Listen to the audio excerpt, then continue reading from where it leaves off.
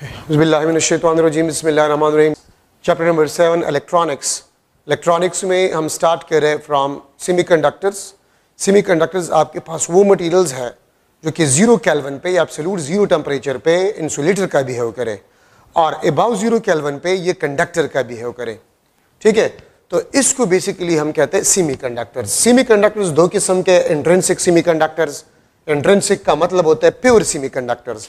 आपके periodic table में 4A group elements जो है वो प्योर सेमीकंडक्टर्स कहलाते हैं।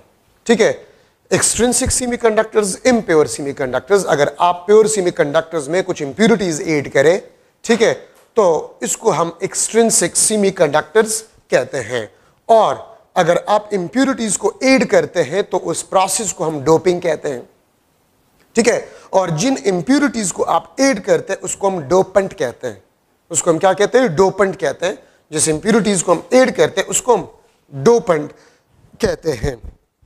ठीक है, अच्छा, सेमीकंडक्टर जो यहां पर मैंने मेंशन किया कि अबाव 0 केल्विन पे आपके पास जो है अबाव 0 केल्विन पे, अबाव 0 केल्विन टेम्परेचर पे आपके पास जो सेमीकंडक्टर है, सेमीकंडक्टर्स वो कंडक्टर्स का बिहेव करता है। This behave as a conductors. और किस तरीके से ये कंडक्टर्स का बिहेव करता है, तो देखिए, अगर आप लोग एक 4A ग्रुप एलिमेंट से सिलिकॉन ले ले, लेट सपोज ये आपके पास सिलिकॉन है। ठीक है, दिस इज सिलिकॉन जो कि सेमीकंडक्टर्स है, इंट्रिंसिक सेमीकंडक्टर्स है। ठीक है, तो अगर आप सेमीकंडक्टर्स को देखें, सिलिकॉन, तो सिलिकॉन आपके पास जो है ये 4A ग्रुप एलिमेंट से ताल्लुक रखता है। तो इसका मतलब आपके पास ये होता है कि इसके वैलेंस शेल में 4 इलेक्ट्रॉन्स है। अगर 0 केल्विन टेम्परेचर हो तो all electrons will be bonded या बाउंडेड। ठीक है, by covalent bond. Electrons bound होंगे या बॉन्डेड होंगे, फ्री इलेक्ट्रॉन्स नहीं होंगे। लेकिन अबाव 0 केल्विन पे, यहां पर मैंने लिखा है कि अबाव 0 केल्विन टेम्परेचर पे, ठीक है, यहां पर मैंने मेंशन किया है कि अबाव 0 टेम्परेचर पे, ठीक है, आपके पास सेमीकंडक्टर जो है वो कंडक्टर का बिहेव करता है। और कंडक्टर का बिहेव क्यों करता है? क्योंकि यहां पर बॉन्ड्स टूट जाएंगे। ठीक है, यहां पर इलेक्ट्रॉन होल, यहां पर बॉन्ड्स टूट जाएंगे, इलेक्ट्रॉन्स होल। ठीक है, तो अबाव 0 केल्विन पे number of electrons is equal to number of hole. इसको हम कहते हैं this is thermally generated, this is thermally generated electrons holes pair. ठीक है, इलेक्ट्रॉन होल पेयर्स हम यहां पर लिख लेंगे। ठीक है, और थर्मली जनरेटेड, थर्मली जनरेटेड का मतलब आपके पास होता है ये बॉन्ड्स ब्रेकिंग से आ जाते हैं। ये किस चीज से आ जाते हैं? ये बॉन्ड्स ब्रेकिंग से आ जाते हैं। जब आप टेम्परेचर को बढ़ाते हैं तो टेम्परेचर के बढ़ने से बॉन्ड्स टूटना शुरू हो जाते हैं। जितने नंबर ऑफ इलेक्ट्रॉन्स आपके पास मिलते हैं उतनी नंबर ऑफ होल्स भी आपको मिलते हैं। इसको हम thermally generated electron hole pair कहते हैं। ठीक है, होल, इसको हम कहते हैं this is a vacancy of electron. और ये आपके पास जो है consider to be positive charge, consider to be positive charge. इसको कंसिडर किया जाता है पॉजिटिव चार्ज। ठीक है, केमिस्ट्री में आप लोगों ने पढ़ा होगा कि अगर ये आपके पास सब ऑर्बिटल है, अगर इसमें एक अप इलेक्ट्रॉन है, the down is missing, down missing है, इसको हम वैकेंसी कहते हैं। इसको हम वैकेंसी ऑफ इलेक्ट्रॉन कहते हैं। This is known as the vacancy of electron. और एनर्जी बैंड थ्योरम में आप ये कह सकते हैं कि जब आप टेम्परेचर को बढ़ाते हैं तो electrons jump from valence band to conduction band. ये आपका वैलेंस बैंड, ये आपके पास conduction band, this is conduction band. अगर आप अबाव 0 केल्विन टेम्परेचर ले रहे हैं so electron will jump from valence band to conduction band.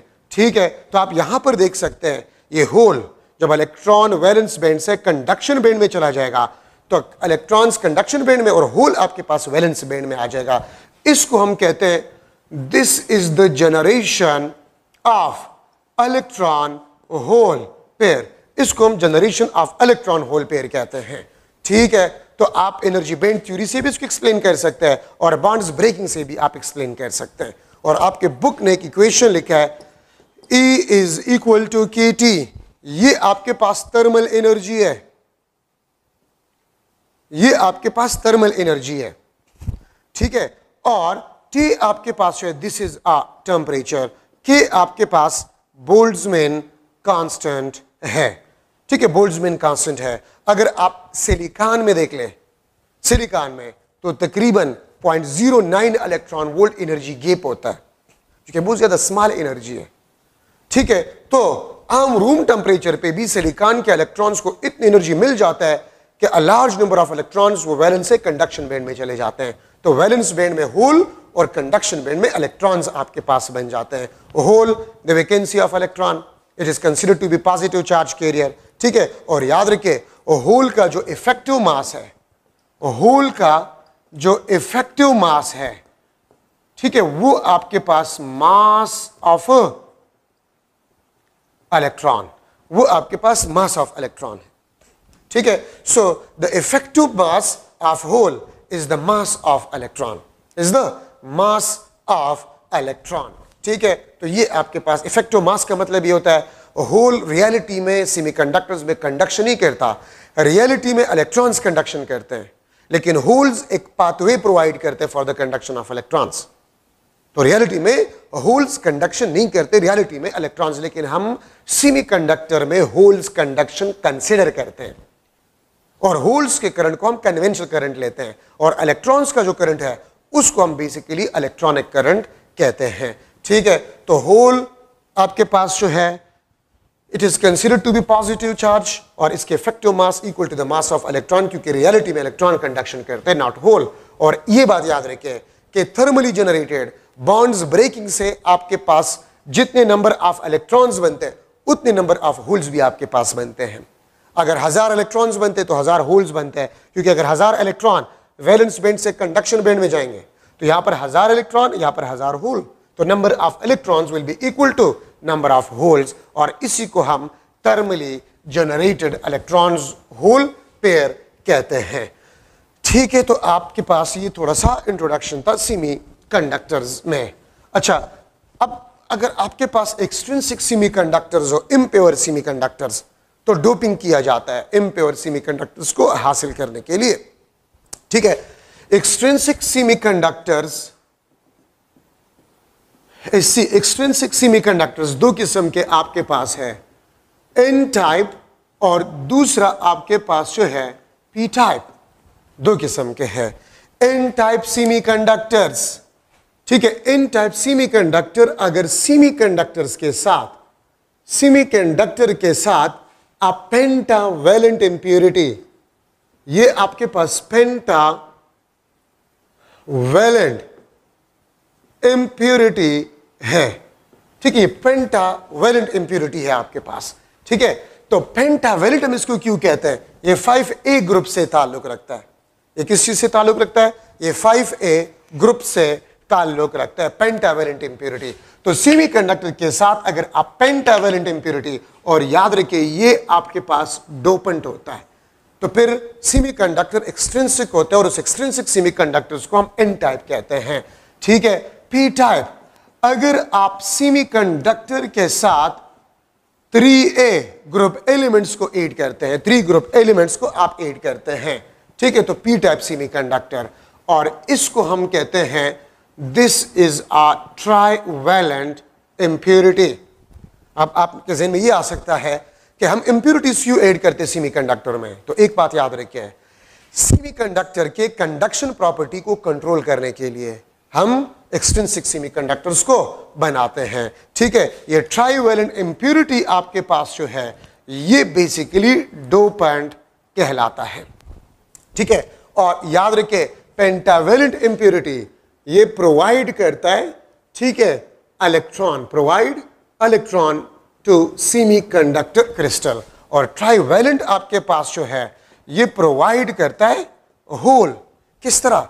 अगर आप लोग देखें, में pentavalent P for pentavalent, 4 side से ये सिलिकॉन के साथ बॉन्ड बना लेगा, ठीक है, लेकिन एक इलेक्ट्रॉन इजाफी है। ये पी आपके पास जो है ये पेंटावेलेंट, और हम इसको पेंटावेलेंट क्यों कहते हैं? क्योंकि इसके वैलेंस शेल में 5 इलेक्ट्रॉन्स होते हैं, तो 4 ने तो बॉन्ड्स बना ली एक एक्स्ट्रा। ये आपके पास कंडक्शन इलेक्ट्रॉन कहलाता है।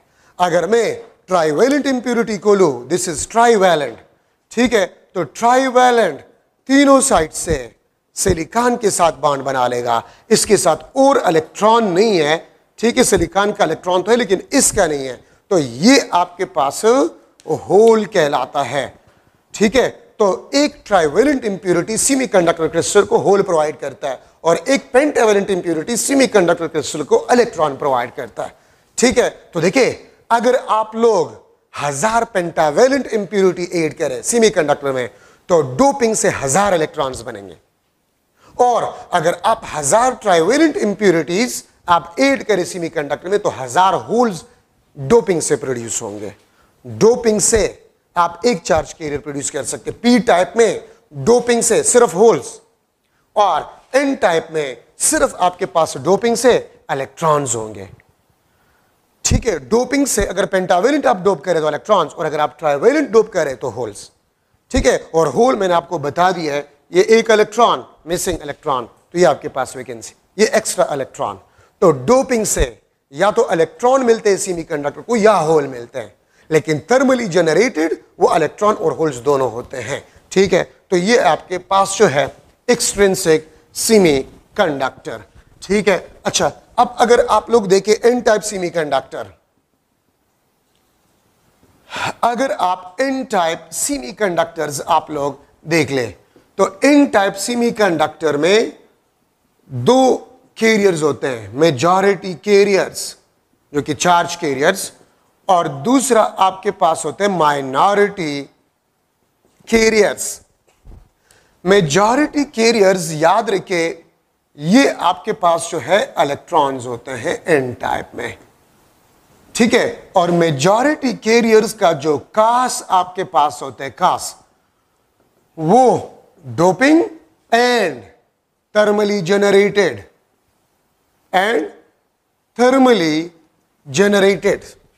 ठीक है। आपके पास जो मेजॉरिटी कैरियर्स होते हैं, इसका कास आपके पास होता है डोपिंग एंड थर्मली जनरेटेड, ठीक है। और माइनॉरिटी कैरियर्स ये आपके पास होल्स होते हैं, ठीक है। और माइनॉरिटी कैरियर का जो कास आपके पास होता है वो सिर्फ और सिर्फ थर्मली जनरेटेड, ठीक है। और thermally generated means bonds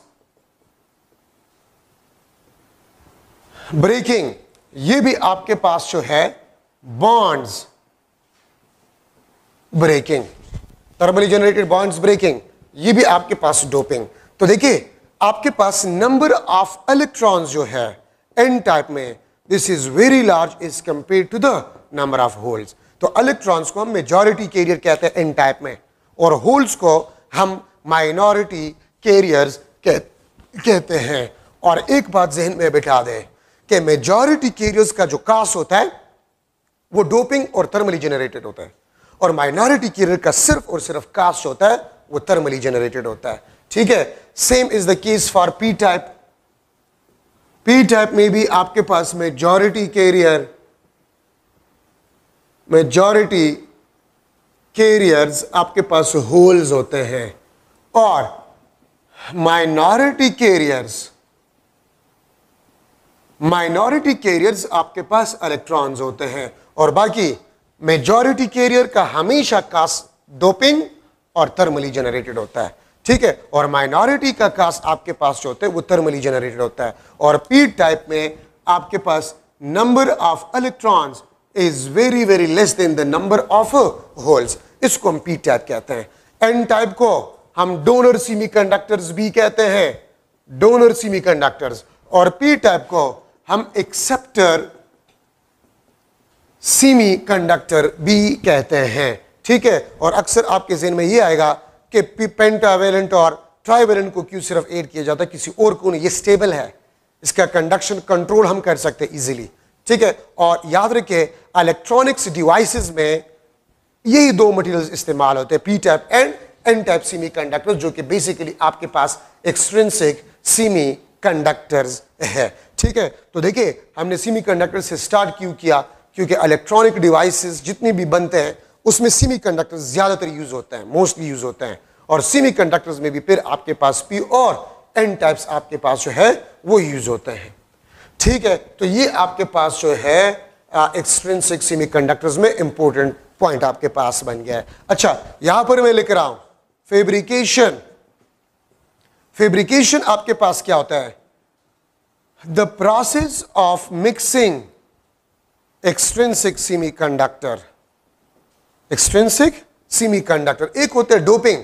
doping में हम इंप्योरिटीज को ऐड करते हैं सेमीकंडक्टर में, और फैब्रिकेशन प्रोसेस आपके पास होता है, ये वो प्रोसेस होता है जिसमें से हम एक्सट्रिंसिक सेमीकंडक्टर्स को जो है वो बेसिकली मिक्स करते हैं। मतलब अगर आप पी और एन टाइप मटेरियल्स को मिक्स करें तो फिर ये प्रोसेस आपके पास जो है ये फैब्रिकेशन कहलाता है। जिस तरह पी एन जंक्शन जो है, पी एन जंक्शन में पी और एन मटेरियल्स को मिलाया जाता है, और जब पी और एन मटेरियल्स को मिलाए जाते हैं तो वहां पर आपके पास P N junction, depletion region, potential barrier और पोटेंशियल हिल आपके पास बन जाता है। पी एन जंक्शन या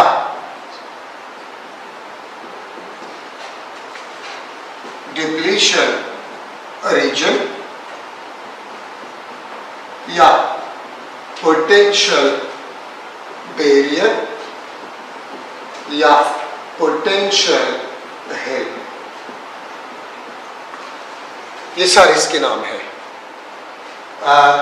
पिछले लेक्चर में स्टूडेंट्स ने क्वेश्चंस किए थे इसमें, तो इसलिए मैं इसको थोड़ा सा रिपीट करना चाहता हूं ताकि आप बोर्ड पे देखें कि मैंने क्या कहा था। तो थोड़ा सा मैं आप लोगों को दोबारा ये करना चाहता हूं। पी एन जंक्शन आपके पास जो है कौन सा रीजन है? The region where P and N type material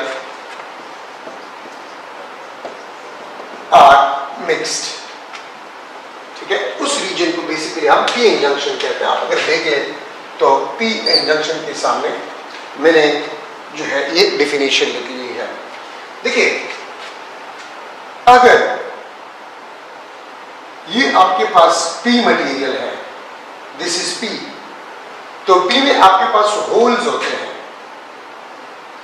P में आपके पास होल्स होते हैं, ठीक है, इज अ मेजॉरिटी कैरियर्स। और एन साइड पे, this is N side, N side पे आपके पास मेजॉरिटी कैरियर्स इलेक्ट्रॉन्स होते हैं, ये आपके पास इलेक्ट्रॉन्स हैं। This is P material, this is N material. तो देखिए ये मैंने पहले भी आपको बताया था कि दिस इज होल, ठीक है, और ये आपके पास इलेक्ट्रॉन्स हैं, दिस इज इलेक्ट्रॉन। ये आपके पास पी साइड है, दिस इज पी साइड, और ये आपके पास एन साइड है। तो अगर आप एन साइड पे देख लें तो यहां पर इलेक्ट्रॉन्स हैं, और पी साइड पे अगर आप देख लें तो यहां पर होल्स है। एंड होल का मतलब आपके पास ये होता है, hole the deficiency of electron, this is the deficiency of electron. मतलब ये है कि केमिस्ट्री में आप लोग पढ़ते हैं, ये आपके पास एस ऑर्बिटल है, दिस इज एस ऑर्बिटल, ठीक है। तो इस ऑर्बिटल में दो इलेक्ट्रॉन्स आ सकते हैं, एक अप और एक डाउन। आपको बताइए कि इस ऑर्बिटल में दो इलेक्ट्रॉन्स आते हैं, एक अप और एक डाउन, ठीक है। अगर इसमें से एक ना हो, the down electron is missing, ठीक है। तो डाउन इलेक्ट्रॉन अगर मिसिंग है तो इसको बेसिकली हम कहते हैं कि दिस इज होल, ये आपके पास होल है, दिस इज होल, ये बेसिकली मिसिंग इलेक्ट्रॉन को शो कर रहा है, ये मिसिंग इलेक्ट्रॉन को बेसिकली शो कर रहा है, इसको बेसिकली हम होल कहते हैं। ठीक है, तो होल का मतलब होता है deficiency of electron, vacancy of electron. तो ये इलेक्ट्रॉन यहां से जंप लगा लेंगे, ठीक है, होल्स में, ठीक है, होल्स में जंप लगा लेंगे। तो ये इलेक्ट्रॉन जब इन साइड से होल्स में आ जाएंगे तो यहां पर चूंकि ये इन साइड में पेंटावैलेंट एटम्स होते हैं, ठीक है, ये आपके पास आयोनिक लेयर्स बन जाते हैं, ये आपके पास पी साइड, ये आपके पास एन साइड। अगर यहां से 3 इलेक्ट्रॉन्स गए हैं तो यहां पर 3 पॉजिटिव चार्जेस आ जाएंगे, ठीक है, और यहां पर चूंकि होल से यहां पर नेगेटिव चार्जेस आ जाएंगे, पॉजिटिव, ये आपके पास नेगेटिव आयोनिक लेयर, ये आपके पास पेंटावैलेंट आयोनिक लेयर्स है, लेयर, ठीक है, ये आपके पास पेंटावैलेंट आयोनिक लेयर है। और ये आपके पास जो है ये ट्राइवैलेंट आयोनिक लेयर है, ये आपके पास ट्राइवैलेंट आयोनिक लेयर है, ठीक है। अब यहां पर भी इलेक्ट्रॉन्स, वही इलेक्ट्रॉन्स यहां पर भी मौजूद है, ठीक है, और इलेक्ट्रॉन्स भी है, सारे इलेक्ट्रॉन्स डिफ्यूज नहीं हुए, ठीक है, और इलेक्ट्रॉन्स भी है। तो यहां पर होल्स है, दिस इज पी साइड, तो यहां पर आपके पास होल्स है, ठीक है, and this is P side.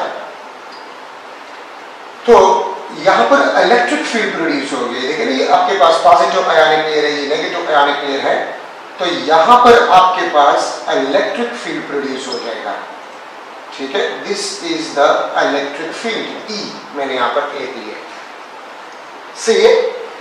अच्छा, अब अगर जब यहां पर इलेक्ट्रिक फील्ड बन जाता है तो पोटेंशियल ग्रेडियंट में आप लोगों ने पढ़ा कि VD is equal to ED, ठीक है, ये आपके पास, बल्कि इसके साथ अगर मैं P लिख लो तो ज्यादा बेहतर होगा, PN जंक्शन, ठीक है, और ये आपके पास DP। तो देखिए अगर यहां पर इलेक्ट्रिक फील्ड प्रोड्यूस हो गया है तो यहां पर ये आयोनिक लेयर सेपरेटेड भी through some small distance d, ये क्या रिप्रेजेंट कर रहा है, ये डिस्टेंस बिटवीन आयोनिक लेयर, ये शो कर रहा है डिस्टेंस बिटवीन आयोनिक लेयर, ठीक है, लेयर्स पॉजिटिव एंड नेगेटिव, ये 2 आयोनिक लेयर जो है किसके दरमियान डिस्टेंस, ठीक है। और ये EP आपके पास जो है, this EP, this is the electric field between ionic layer, ये आपके पास इलेक्ट्रिक फील्ड है। तो ये आपके पास बन गया पोटेंशियल, दिस इज पोटेंशियल। अगर आप में से किसी के ज़हन में ये आ रहा है कि ये इक्वेशन कहां से आ गया, ठीक है, तो ये इक्वेशन पोटेंशियल ग्रेडियंट से आ गया।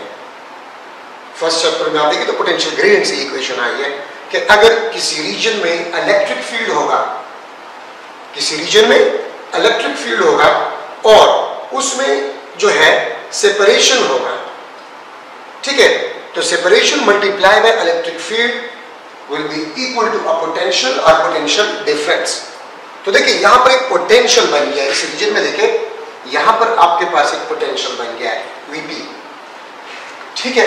अब यहां पर जो पोटेंशियल बन गया है, तो पोटेंशियल का मतलब आपके पास क्या होता है, ठीक है, पोटेंशियल आपको पता है कि V आपके पास है, this is energy per unit charge, या इसको मैं इस तरह भी लिख सकता हूं, इसको मैं इस तरह भी लिख सकता हूं कि वर्क पर यूनिट चार्ज, इसको पोटेंशियल कहते हैं, ठीक है, एनर्जी पर यूनिट चार्ज और work done per unit charge. For example अगर मैं कह दूं कि पोटेंशियल आपके पास है 10 volt, this is the potential.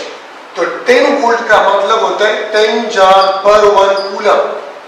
इसका मतलब ये है कि 1 कूलम चार्ज जो है अगर उसके साथ 10 जॉल एनर्जी हो, अगर उसके साथ 10 जॉल एनर्जी हो, ठीक है, तो फिर जो है वो ऐसी रीजन को क्रॉस कर सकते हैं जहां पर पोटेंशियल है।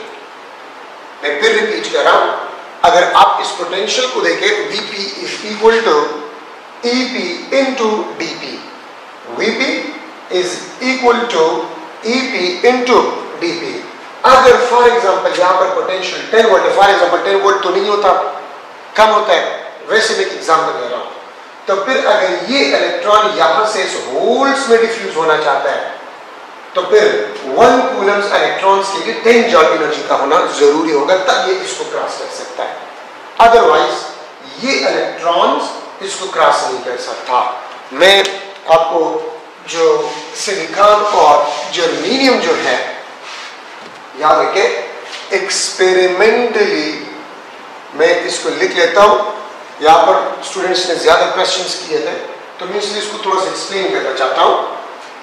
Experimentally, values of Vp, values of Vp, Vp means the potential of p-n junction, the potential of a p-n junction, ठीक है, potential of a p-n junction। तो अब ये देखिए, अगर ये if diode made of silicon, अगर डायोड सिलिकॉन से बना हुआ है तो फिर इसका Vp जो होगा वो मैक्सिमम 0.7 वोल्ट तक ऑब्जर्व है। If diode made of silicon, तो पीएन जंक्शन का जो पोटेंशियल है वो 0.7 वोल्ट तक एक्सपेरिमेंटली ऑब्जर्व है, ठीक है। और if diode made of germanium, तो फिर इसका पोटेंशियल 0.3 वोल्ट तक जो है ऑब्जर्व है, एक्सपेरिमेंटली ऑब्जर्व वैल्यू है। एक्सपेरिमेंटली क्या है? ऑब्जर्व वैल्यू है, ठीक है। तो experimentally observe value when the diode is made of silicon, ठीक है, वो 0.7 वोल्ट है और जर्मेनियम का 0.3 वोल्ट है। This is experimentally observe. अब देखिए, मैं अगर इसको ले रहा हूं 0.7 वोल्ट, तो इसका मतलब होता है 0.7 जॉल डिवाइड बाय 1 कूलम। तो इसका मतलब ये होता है कि अगर 1 कूलम चार्जेस के साथ 0.7 जॉल एनर्जी हो, अगर यहां पर 1 कूलम, अगर मैं ये कह दूं कि ये डायोड सिलिकॉन से बना हुआ है, अगर ये डायोड सिलिकॉन से बना हुआ है, तो यहां पर जो पोटेंशियल होगा वो 0.7 वोल्ट होगा, ठीक है। और इन चार्जेस के साथ इलेक्ट्रॉन्स अगर मैं लूं, अगर 0.7 जॉल एनर्जी हो तो ये इस बैरियर को क्रॉस कर सकता है, अदरवाइज ये इलेक्ट्रॉन इस बैरियर को क्रॉस नहीं कर सकता, क्योंकि पोटेंशियल में, अगर आपको एक और आसान एग्जांपल से अगर आपको समझा दूं, आप लोगों ने ये पढ़ा होगा कि अगर ये आपके पास इलेक्ट्रिक फील्ड हो, ये आपके पास अगर इलेक्ट्रिक फील्ड हो, ठीक है, ये आपके पास इलेक्ट्रिक फील्ड हो और इस रीजन में अगर आप एक पॉजिटिव चार्ज को छोड़ लें, तो मैंने उस लेक्चर में भी एक्सप्लेन किया था, लेकिन क्वेश्चन ज्यादा आ गए उस पर, ठीक है, कि इस बात की मुझे समझ नहीं आई, तो मैं थोड़ा सा इसको आपको समझाना चाहता हूं। देखिए, अगर ये इलेक्ट्रिक फील्ड है और इसमें मैं पॉजिटिव चार्ज को छोड़ दूं, ठीक है, तो इतना तो आप लोगों को जरूर पता होगा कि इलेक्ट्रिक फील्ड जो होता है वो पॉजिटिव प्लेट से नेगेटिव प्लेट की तरफ होता है, ठीक है। ये आपके पास पॉजिटिव, ये आपके पास क्या है? नेगेटिव प्लेट है। तो देखिए, अगर मैं पॉजिटिव फ्री चार्ज को छोड़ दूं तो वो क्या करेगा? वो नेगेटिव प्लेट की तरफ जाएगा, मींस अलोंग फील्ड एक्सेलरेट होगा। ये पॉजिटिव चार्ज इलेक्ट्रिक फील्ड में रेस्ट में रह नहीं सकता, अगर मैं एक नेगेटिव चार्ज को छोड़ लूं तो वो opposite to the electric field accelerate हो जाते, वो भी रेस्ट में यहां पर नहीं रह सकता। ये याद रखें। तो देखिए इस रीजन में भी आपके पास इलेक्ट्रिक फील्ड है ना। अगर मैं थोड़ा सा एक डायग्राम बड़ा सा बना लूं, ये आप देख ले, ये आपके पास पीएन जंक्शन, ये आपके पास let's suppose ionic layers positive, ये आपके पास नेगेटिव आयोनिक लेयर, ये पी साइड पे है, ये आपके पास एन साइड पे है। तो देखिए ये आपके पास देखिए यहां पर इलेक्ट्रिक फील्ड है ईपी, ठीक है, यहां पर इलेक्ट्रिक फील्ड है, या यहां पर आपके पास पोटेंशियल है जिस तरह मैंने पहले एक्सप्लेन किया, एंड दिस इज डीपी। तो अगर अगर ये सिलिकॉन का बना हुआ है तो यहां पर पोटेंशियल 0.7 वोल्ट है, ठीक है, 0.7 वोल्ट है। तो ये इलेक्ट्रॉन्स के साथ 0.7 जूल पर 1 कूलम एनर्जी होना चाहिए। तब अब ये इन साइड पे जो इलेक्ट्रॉन्स होते हैं, ठीक है, वो फिर यहां पर इस होल्स में आ सकते हैं। अदरवाइज ये इलेक्ट्रिक फील्ड अपोज करेगा, इसको नहीं छोड़ेगा कि यहां पर आ जाए। तो इस इलेक्ट्रिक फील्ड ने पोटेंशियल क्रिएट किया और उस पोटेंशियल की वजह से ये इलेक्ट्रॉन्स यहां पर नहीं आ सकते। तो यहां पर एक किस्म का बैरियर, एक किस्म का ऑब्स्टिकल जो है वो जनरेट हुआ। अब इस ऑब्स्टिकल को अगर ये इलेक्ट्रॉन क्रॉस करना चाहते हैं तो इसके साथ एनर्जी होना चाहिए, अदरवाइज ये इलेक्ट्रॉन्स जो है ये इस होल्स में डिफ्यूज नहीं हो सकते। तो देखिए एक किस्म का पोटेंशियल क्रिएट हुआ। तो इसीलिए इस रीजन को पोटेंशियल हिल या पोटेंशियल बैरियर भी कहा जाता है। अगर आप नाम देखिए जो मैंने लिखा था, ठीक है, कि इस रीजन को हम पोटेंशियल हिल भी कहते हैं, ठीक है, या पोटेंशियल बैरियर भी इसको हम कहते हैं, ठीक है, और ये पोटेंशियल इसको नहीं छोड़ता, ठीक है। तो इसलिए इसका नाम पोटेंशियल हिल और पोटेंशियल बैरियर भी बना। अब इसके एक और नाम भी है, डिप्लीशन रीजन। याद रखिए डिप्लीटेड का मतलब होता है, डिप्लीटेड का मतलब होता है टू पुश, या निकालना या धकेलना। अगर आप डिक्शनरी में इसका मीनिंग देख ले तो इसका मतलब होता है टू पुश मींस निकालना, धकेलना। तो देखिए ये जो आपके पास पोटेंशियल बैरियर है या पोटेंशियल हिल है, इस रीजन में कोई फ्री इलेक्ट्रॉन होल पेयर नहीं होता। मैं यहां पर इसको मैंने पहले भी लेक्चर में आपको बताया था कि नो फ्री इलेक्ट्रॉन्स। तो देखिए no free electrons and holes exist in P junction region. अब अगर आप उसे क्वेश्चन कर रहे कि इस रीजन में इलेक्ट्रॉन होल पेयर क्यों नहीं रहता, ये याद रखिए मैंने इसके साथ लिखे फ्री। तो मैंने यहां पर एक्सप्लेन किया कि जहां पर इलेक्ट्रिक फील्ड होते हैं और उस रीजन में आप लोग अगर एक फ्री चार्ज छोड़ ले तो वहां पर रेस्ट में रह नहीं सकता, वो एक्सेलरेट होकर दूसरी साइड पे किसी साइड पे जाएगा। तो यहां पर कोई फ्री इलेक्ट्रॉन होल पेयर नहीं होता। क्यों? ये इलेक्ट्रिक फील्ड उस फ्री इलेक्ट्रॉन होल को यहां से निकाल लेते हैं, और निकालने को क्या कहा जाता है? डिप्लीटेड। इसीलिए इस रीजन को डिप्लीशन रीजन का नाम भी दिया गया है। और अगर आप बुक्स में देख ले तो आपको इस किस्म का एक डायग्राम भी दिया गया है। ये ग्राफिकल डायग्राम है पीएन जंक्शन का। ये आपके पास है N, ये आपके पास है P। तो N साइड पे आपके पास क्या होते हैं?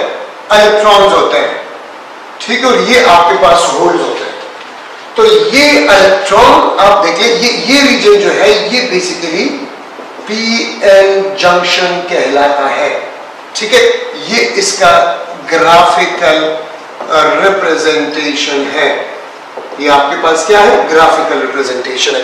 देखिए जब आप पी और एन टाइप मटेरियल को फैब्रिकेट करते हैं, मिक्स करते हैं, तो electrons from inside will diffuse into the holes of P side, ठीक है। तो इन साइड पे आपके पास पॉजिटिव आयोनिक लेयर आ जाएगा और पी साइड पे आपके पास नेगेटिव आयोनिक लेयर आ जाएगा, ठीक है। ये आपके पास पेंटावेलेंट आयोनिक लेयर है, ये आपके पास ट्राइवेलेंट आयोनिक लेयर है। तो इस रीजन को हम पी एन जंक्शन कहते हैं, जहां पर हम पी और एन टाइप मटेरियल को मिलाते हैं। वीपी ये आपके पास पी एन जंक्शन पोटेंशियल है, ठीक है। EP the electric field in this region, DP is the separation between the ionic layer. और ये एक्सपेरिमेंटली नून वैल्यूज है।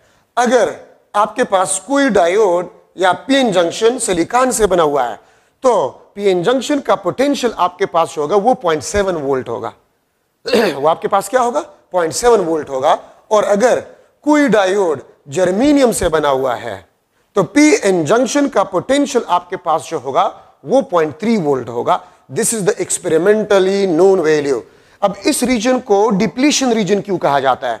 याद रखिए, इस रीजन में कोई फ्री इलेक्ट्रॉन होल पेयर नहीं होता। इस रीजन में कोई फ्री इलेक्ट्रॉन होल पेयर नहीं होता, इसीलिए हम इसको डिप्लीशन रीजन कहते हैं। डिप्लीशन का मतलब होता है धकेलना, पुश करना, निकालना। पोटेंशियल हिल, ये पोटेंशियल वीपी यहां पर जो है ये कुछ देर बाद फर्दर डिफ्यूजन को स्टॉप करता है। सिलिकॉन से अगर पीएन जंक्शन बना हुआ है तो 0.7 वोल्ट पोटेंशियल जब बन जाए पीएन जंक्शन में तो फिर further diffusion of electrons from N side into the holes of P side, इसको हम डिफ्यूजन करंट भी कहते हैं, वो स्टॉप हो जाएगा। और अगर जर्मेनियम से बना हुआ है तो 0.3 वोल्ट पोटेंशियल जब प्रोड्यूस हो जाए तो फर्दर डिफ्यूजन आपके पास जो है वो स्टॉप हो जाता है, ठीक है। ये बात याद रखिए। तो ये आपके पास डिस्कशन था। अब practical name of PN junction depletion region, potential barrier या पोटेंशियल हिल, इसको बेसिकली हम कहते हैं diode. The practical name of PN junction is a diode. और प्रैक्टिकल सिंबल आपके पास जो है, प्रैक्टिकल सिंबल आपके पास जो है वो ये है, ठीक है। On the basis of a conventional current, practical symbol conventional current के बेस पे है। और कन्वेंशनल करंट हमेशा फ्रॉम पॉजिटिव टू नेगेटिव होता है। तो जो टेल साइड होगा ये पी साइड होगा और जो हेड साइड है वो एन साइड होगा। जो टेल साइड है वो पी साइड होगा और जो हेड साइड है वो एन साइड होगा, ठीक है। तो ये आपके पास प्रैक्टिकल सिंबल है, या लेबोरेटरी में हम इस सिंबल को या सर्किट में हम इस सिंबल को इस्तेमाल करते हैं। The tail side is P and the head side is an.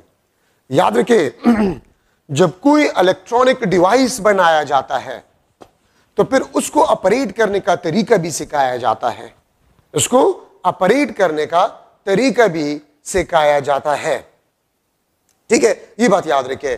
तो इसको बेसिकली हम कहते हैं बायसिंग ऑफ डायोड। बायसिंग का मतलब आपके पास होता है ऑपरेटिंग अ डायोड। बायसिंग का मतलब आपके पास जो होता है ऑपरेटिंग अ डायोड। इलेक्ट्रॉनिक्स डिवाइस अगर आप बनाते हैं तो फिर उसको ऑपरेट करने का तरीका भी सिखाया जाता है। कोई भी डिवाइस अगर बनाया जाता है तो उसको ऑपरेट करने का तरीका भी सिखाया जाता है, ठीक है। तो यहां पर आपके पास जो है फॉरवर्ड बायसिंग। फॉरवर्ड बायसिंग आपके पास क्या है? फॉरवर्ड बायसिंग, अगर आप पी साइड को, मैं यहां पर डायग्राम बना रहा हूं, ये आपके पास P, ये आपके पास N। तो अगर आप P साइड को पॉजिटिव टर्मिनल के साथ अटैच करें और N साइड को आप नेगेटिव टर्मिनल के साथ अटैच करें, दिस इज प्लस माइनस, ये V, ठीक है। ये आपके पास नेगेटिव आयोनिक लेयर, ये आपके पास पॉजिटिव आयोनिक लेयर। तो अगर आप P साइड पॉजिटिव के साथ अटैच करें और N साइड आप नेगेटिव टर्मिनल के साथ अटैच करें तो इसको हम कहते हैं forward biasing of a diode, ठीक है। इसको हम forward biasing of a diode कहते हैं। P पॉजिटिव के साथ, N नेगेटिव के साथ अगर आप अटैच करें, इसको हम फॉरवर्ड बायसिंग कहते हैं, ठीक है। और रिवर्स बायसिंग, रिवर्स बायसिंग, अगर आप P साइड को, अगर आप P साइड को नेगेटिव टर्मिनल के साथ अटैच करें और N साइड को आप पॉजिटिव टर्मिनल के साथ अटैच करें, ठीक है। ये P यहां पर आपके पास नेगेटिव आयोनिक लेयर, ये आपके पास positive ionic layer, P side negative के साथ, एन साइड पॉजिटिव के साथ, इसको हम रिवर्स बायसिंग कहते हैं। फॉरवर्ड बायसिंग में लार्ज करंट, लेकिन इलेक्ट्रॉनिक्स डिवाइसेस में मिली एम्पेयर लार्ज करंट होता है, ठीक है, फ्लो। और यहां पर आपके पास क्या होता है, चूंकि रिवर्स बायस है तो small current will flow, small current will flow, ठीक है। फॉरवर्ड बायसिंग में करंट आपके पास होगा that is due to majority carrier, that is due to majority carriers. यहां पर आपके पास करंट जो है that is a minority carriers, ठीक है, माइनॉरिटी कैरियर्स। एक बात याद रखिए, हमने पी और एन टाइप मटेरियल को डिस्कस किया था, पी और एन टाइप मटेरियल को हमने डिस्कस किया था, ठीक है। और पी और एन टाइप मटेरियल में मेजॉरिटी कैरियर्स भी होते हैं और माइनॉरिटी कैरियर्स भी होते हैं। और मैंने आपको बताया था कि माइनॉरिटी कैरियर का जो कास्ट होता है, ठीक है, वो आपके पास बॉन्ड ब्रेकिंग या थर्मली जनरेटेड होता है, ठीक है। और मेजॉरिटी का डोपिंग और थर्मली जनरेटेड आपके पास होता है, ठीक है। तो एक बात आप लोग याद रखें, अगर हमारे पास आइडियल पी टाइप हो या आइडियल एन टाइप हो, और आइडियल को प्योर पी टाइप और प्योर एन टाइप भी कहा जाता है, तो उसमें कोई माइनॉरिटी कैरियर्स नहीं होंगे, उसमें कोई माइनॉरिटी कैरियर्स नहीं होंगे, pure P type, pure N type, ठीक है, या ideal N type, ideal P type, और वो 0 केल्विन पे पॉसिबल है। वो किस चीज पे पॉसिबल है? 0 केल्विन पे पॉसिबल है, एब्सोल्यूट 0 टेम्परेचर पे, जो कि आइडियल है, प्रैक्टिकली पॉसिबल नहीं है। तो अबाउट 0 केल्विन टेम्परेचर पे माइनॉरिटी भी होता है और मेजॉरिटी भी होता है, ठीक है। तो यहां पर रिवर्स बायसिंग में करंट माइनॉरिटी कैरियर्स की वजह से होगा और यहां पर आपके पास मेजॉरिटी कैरियर की वजह से होगा। इसमें डिप्लीशन रीजन आपके पास जो होता है, डिप्लीशन रीजन, ये आपके पास नैरोअर या आपके पास थिनर, और इस केस में आपके पास जो डिप्लीशन रीजन है, डिप्लीशन रीजन, वो आपके पास वाइडर या आपके पास थिकर हो जाता है, ठीक है। अच्छा, अब यहां पर आपके पास जो है इलेक्ट्रिक फील्ड, इलेक्ट्रिक फील्ड और potential of P N junction, electric field and potential of p-n junction will be opposed या cancelled, will be opposed or cancelled by source, by electric field or potential of source, ठीक है। ये याद रखिए। किस तरह? आप थोड़ा से डायग्राम को देखिए। ये आपके पास पी एन जंक्शन में इलेक्ट्रिक फील्ड का डायरेक्शन है, ईपी। ये आपके पास इस पी एन जंक्शन में इलेक्ट्रिक फील्ड का डायरेक्शन है, और ये सोर्स है, ये आपके पास सोर्स का इलेक्ट्रिक फील्ड।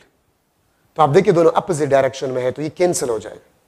तो याद रखिए, वो पोटेंशियल या वो इलेक्ट्रिक फील्ड जो further diffusion of electron from N side into the holes of P side को स्टॉप करता है, ठीक है, वो पोटेंशियल और इलेक्ट्रिक फील्ड जो है वो खत्म हो जाता है, कैंसिल हो जाता है, ठीक है। ये याद रखें।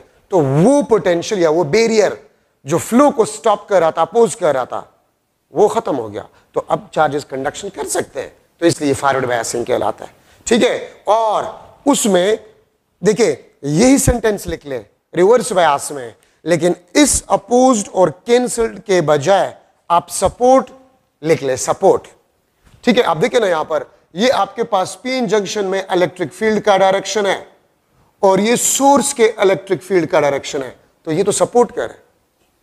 तो वो इलेक्ट्रिक फील्ड जो पहले अपोज करता था फ्लो को, अब उसके साथ सोर्स का इलेक्ट्रिक फील्ड भी मिल जाता है, तो वो इलेक्ट्रिक फील्ड या पोटेंशियल वो इनहांस हो जाता है, इंक्रीज हो जाता है रिवर्स बायस में, ठीक है। तो अब यहां पर आप लिख ले कि इलेक्ट्रिक फील्ड ईपी या VP, electric field of PN junction and potential of PN junction is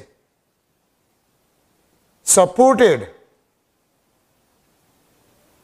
या reinforced by ES, electric field of a source, और VS. VS आपके पास जो है पोटेंशियल, ठीक है, तो ES electric field of a source और VS आपके पास जो पोटेंशियल ऑफ अ सोर्स. तो देखिए, अगर पहले सोर्स के अलावा जो फील्ड था या पोटेंशियल था वो फ्लो को स्टॉप कर रहा था, ठीक है, अब सोर्स का पोटेंशियल उसके साथ मिलकर उसको एनहांस कर जाता है, इंक्रीज कर जाता है, तो इसलिए मेजॉरिटी कैरियर कंडक्शन नहीं कर सकते, हां माइनॉरिटी कैरियर कंडक्शन कर सकते हैं. ठीक है, तो डायोड दो तरीकों से हम बयास कर सकते हैं, forward Beas and reverse Beas. Small current का मतलब आपके पास होते हैं माइक्रो एम्पेयर में करंट, और लार्ज करंट इलेक्ट्रॉनिक्स डिवाइसेस वो मिली एम्पेयर में आपके पास करंट होता है. ठीक है, तो ये आपके पास दो किस्म के बयासिंग आपके पास हो गए, रिवर्स बयास, फॉरवर्ड बयास, और वो आपके पास क्या है, रिवर्स बयासिंग ऑफ अ डायोड. ठीक है, सो दो तरीकों से हम डायोड को ऑपरेट कर सकते हैं. और मैं आपको ये भी बताता चलूं कि जो रिवर्स बयास और फॉरवर्ड बयासिंग की हम बात करते हैं तो हम मेजॉरिटी कैरियर के लिए करते हैं, लेकिन जो फॉरवर्ड बयासिंग मेजॉरिटी कैरियर के लिए होता है वही कंडीशन माइनॉरिटी कैरियर के लिए रिवर्स बयास होता है. और जो रिवर्स बयास होता है ये मेजॉरिटी कैरियर के लिए, लेकिन माइनॉरिटी के लिए ये फॉरवर्ड बयास है. क्यों? इन साइड पे माइनॉरिटी कैरियर्स क्या होते हैं, होल्स, और होल्स पॉजिटिव पॉजिटिव पॉजिटिव के साथ.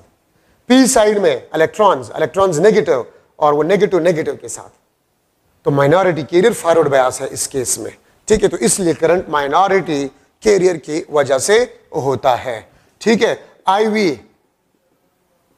Characteristic graph, IV characteristic graph of a diode, ये आपके पास V, ये आपके पास I.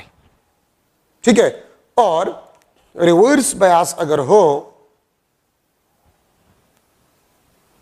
तो इस तरह हम लिखते हैं. ठीक है, फॉरवर्ड बयास में आपके पास करंट इस तरह होता है, इस वोल्टेज को हम कहते हैं this is a knee voltage, knee voltage, इसको हम कहते हैं this is a knee voltage. ये आपके पास नी वोल्टेज है. ठीक है, नी वोल्टेज का मतलब है कि इसके बाद अगर आप करंट को देखें तो इंक्रीज होते हैं अगर आप पोटेंशियल में थोड़ा सा चेंज ले आए. ठीक है, और याद रखिए नी वोल्टेज आपके पास V और इसके साथ में K लिख लेता हूं, this is approximately equal to the PN junction potential. याद रखिए जब डायोड फॉरवर्ड बयास होता है तो वो स्मॉल रेजिस्टेंस ऑफर करता है. ठीक है, तो देखिए जब आपके पास PN जंक्शन, फॉर एग्जांपल ये सिलिकॉन से बना हुआ है, तो 0.7 वोल्ट तक स्मॉल करंट, और 0.7 वोल्ट से अगर आप थोड़ा सा भी पोटेंशियल में चेंज लाएंगे तो करंट में लार्ज इंक्रीज आपके पास आएगा. ठीक है, तो ये आपके पास knee voltage which is approximately equal to the PN junction potential. ठीक है, अच्छा अब यहां पर आपके पास है, ये आपके पास है, इस वोल्टेज को हम कहते हैं this is a breaking voltage.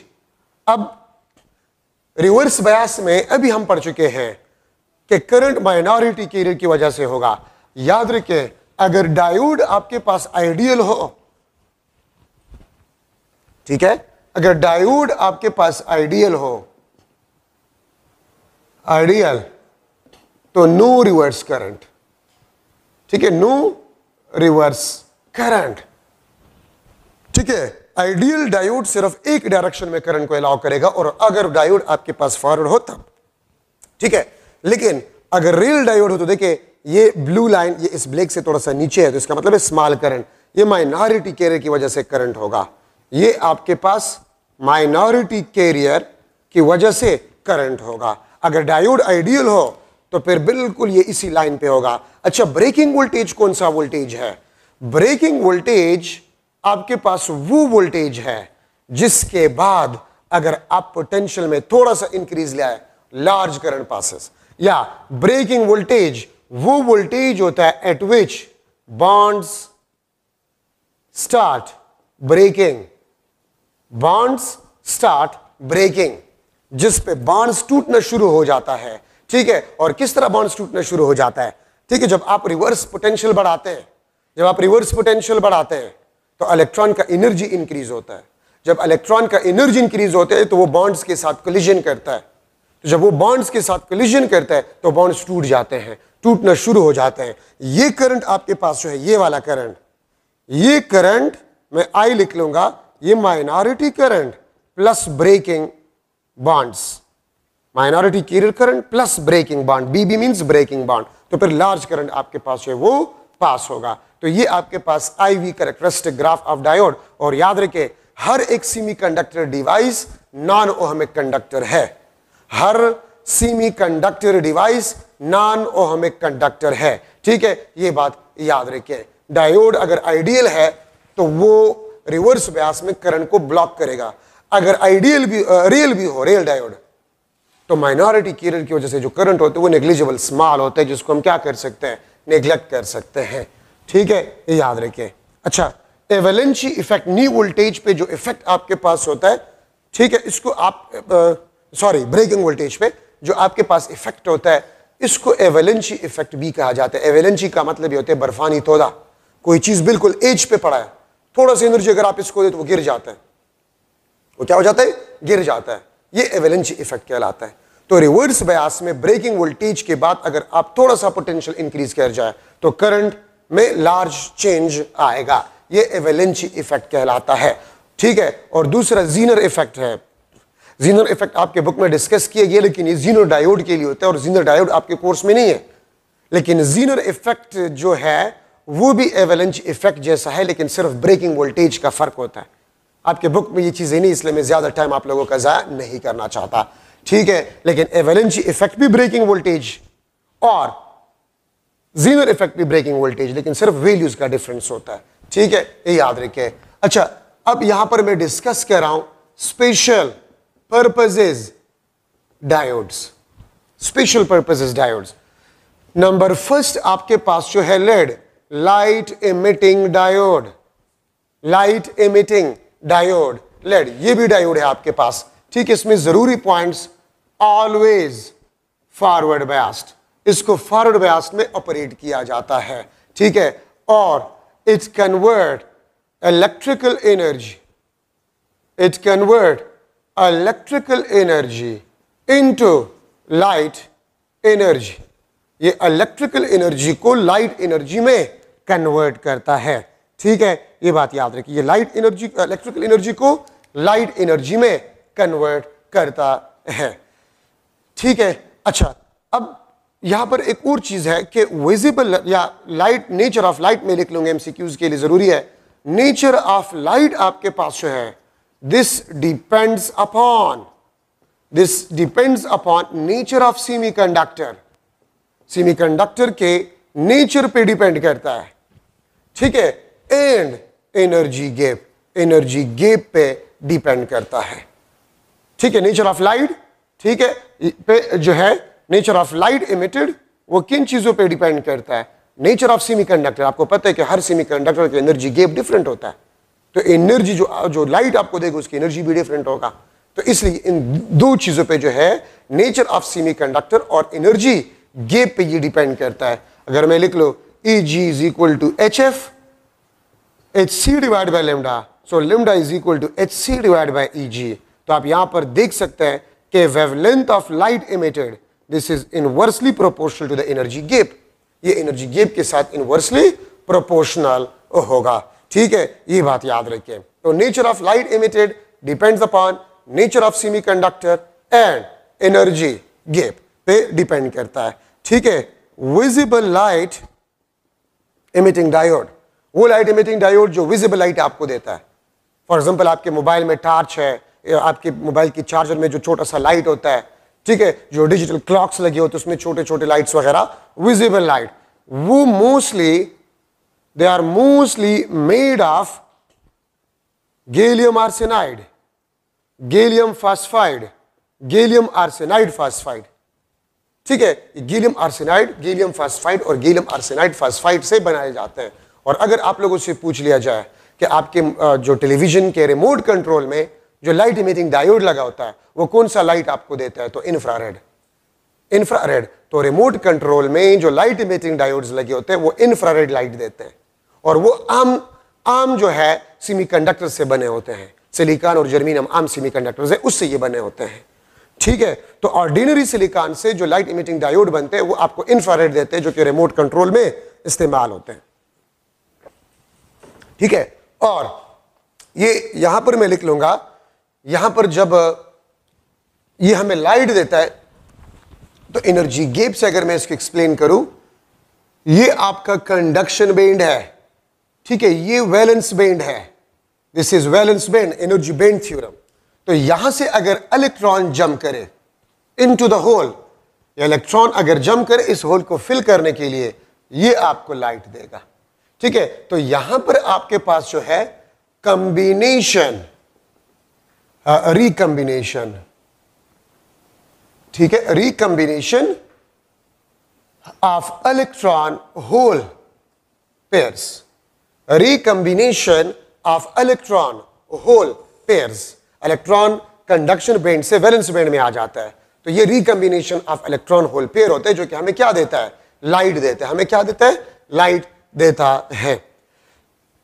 तो जब करंट आप पास करते हैं तो इलेक्ट्रॉन होल पेयर आपके पास जो है वो कंबाइन हो जाते हैं, मिल जाते हैं, मतलब इलेक्ट्रॉन वैकेंसी को फिल कर जाता है। ठीक है, तो इसलिए ये हमें लाइट देता है।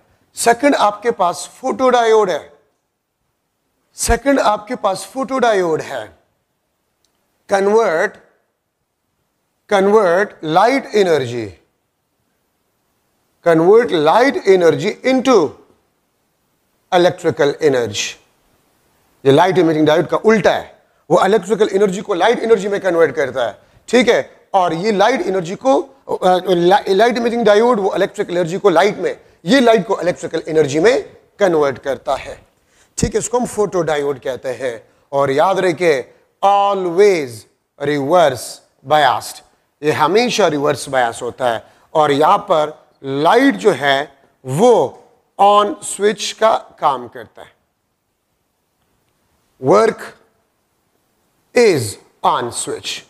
ठीक है, नो लाइट, जब लाइट आपके पास ना हो, स्मॉल करंट, ठीक है, तो ये ऑफ स्विच का काम करता है, ऑफ स्विच, ये ऑफ स्विच का काम करता है। ठीक है, इसमें आपके पास क्या होता है, इलेक्ट्रॉन जंप फ्रॉम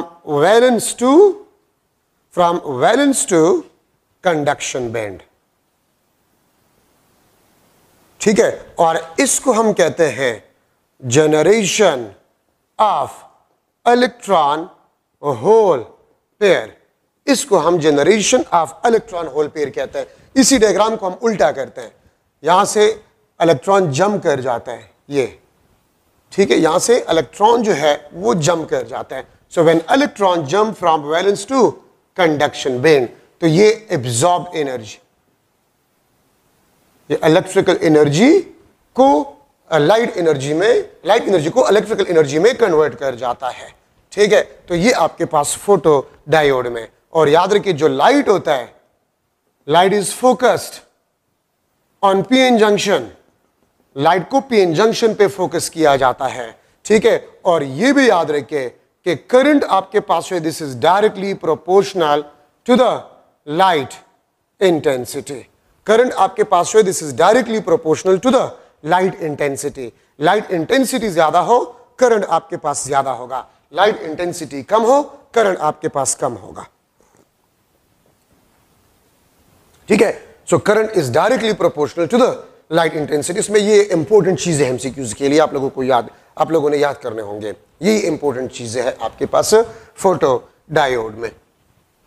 ठीक है, अब यहां पर मैं ले रहा हूं third, that is solar cell, जिसको आप सोलर डायोड भी कहते हैं।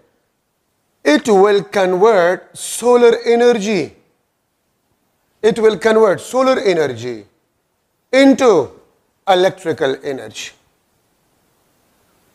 ठीक है, ये सोलर एनर्जी को इलेक्ट्रिकल एनर्जी में कन्वर्ट करता है। ठीक है, सोलर एनर्जी को ये इलेक्ट्रिकल एनर्जी में कन्वर्ट करता है। और याद रखिए, इसमें एक जरूरी बात, no biasing battery is used. No biasing battery used, ठीक है, कोई बैटरी इसके लिए इस्तेमाल नहीं होता, ठीक है। लाइट आपके पास जो है it is focused on PN junction and will produce electron hole pairs, ये इलेक्ट्रॉन होल पेयर्स को प्रोड्यूस करेगा। और वही बात आपके पास जो है current is directly proportional to the light intensity, वही बात है electron will jump from valence band to conduction band, ठीक है, यही बात यहां पर लिखे भी है, ठीक है। आपके पास जो है light is focused on P N junction, ठीक है, जो कि यहां पर मैंने फिर भी लिखा हुआ है। और इलेक्ट्रॉन जब सनलाइट आता है तो electron jump from valence band to conduction band, ठीक है। और याद रखिए कोई बायसिंग बैटरी इसके साथ यूज नहीं होता। आप यहां पर अगर देख ले नो बायसिंग बैटरी, सिर्फ रेजिस्टर लगा होता है, लोड लगा है, this is P this is N. यहां पर अगर लाइट इस पे फोकस हो जाए तो इलेक्ट्रॉन होल पेयर जनरेट होगा। पी साइड पे आपके पास नेगेटिव आयोनिक लेयर, यहां पर पॉजिटिव आयोनिक लेयर। तो मैं लिख सकता कि आयोनिक लेयर्स आपके पास जो है ionic layers act is battery, ये बैटरी का काम करते हैं। जब इलेक्ट्रॉन होल पेयर जनरेट होता है तो यहां पर जो इलेक्ट्रिक फील्ड होता है वही इलेक्ट्रिक फील्ड उस फ्री इलेक्ट्रॉन होल पेयर को कंडक्शन स्टार्ट कर जाता है, ठीक है, ये बात आप लोग याद रखिए। प्रैक्टिकल सिंबल्स, प्रैक्टिकल सिंबल्स, अगर आप ये वाला सिंबल इस्तेमाल करिए, ठीक है, और इस पे लाइट फोकस हो रहा है, लाइट, तो ये आपके पास फोटो डायोड का सिंबल होगा। और अगर इस किस्म का आपके पास सिंबल हो लाइट बाहर की तरफ, ठीक है, तो इसको हम कहते हैं this is light emitting diode. ये आपके पास फोटो डायोड, ये आपके पास लाइट इमिटिंग डायोड आपके पास होगा। और सोलर सेल के लिए सिंपली इस किस्म का डायग्राम इस्तेमाल किया जाता है। याद रखिए if large number of solar cells connected in series that is known as solar panel, उसको हम क्या कहते हैं, सोलर पैनल। और एक सोलर सेल जो है वो मिली वोल्ट पोटेंशियल प्रोड्यूस करता है। एक सोलर सेल आपके पास जो है वो मिली वोल्ट पोटेंशियल प्रोड्यूस करता है, मिली वोल्ट पोटेंशियल जो है एक सोलर सेल प्रोड्यूस करता है। तो ये सारे इसमें छोटे छोटे इंपॉर्टेंट पॉइंट्स हैं। No biasing battery use in solar cell वगैरह वगैरह, ठीक है। अच्छा, अब यहां पर हम रेक्टिफिकेशन ले रहे हैं। रेक्टिफिकेशन आपके पास है the process which convert AC into DC।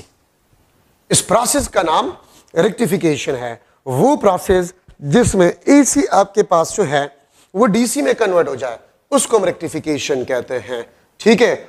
और डिवाइस को हम क्या कहते हैं, रेक्टिफायर हम इसको कहते हैं, ठीक है।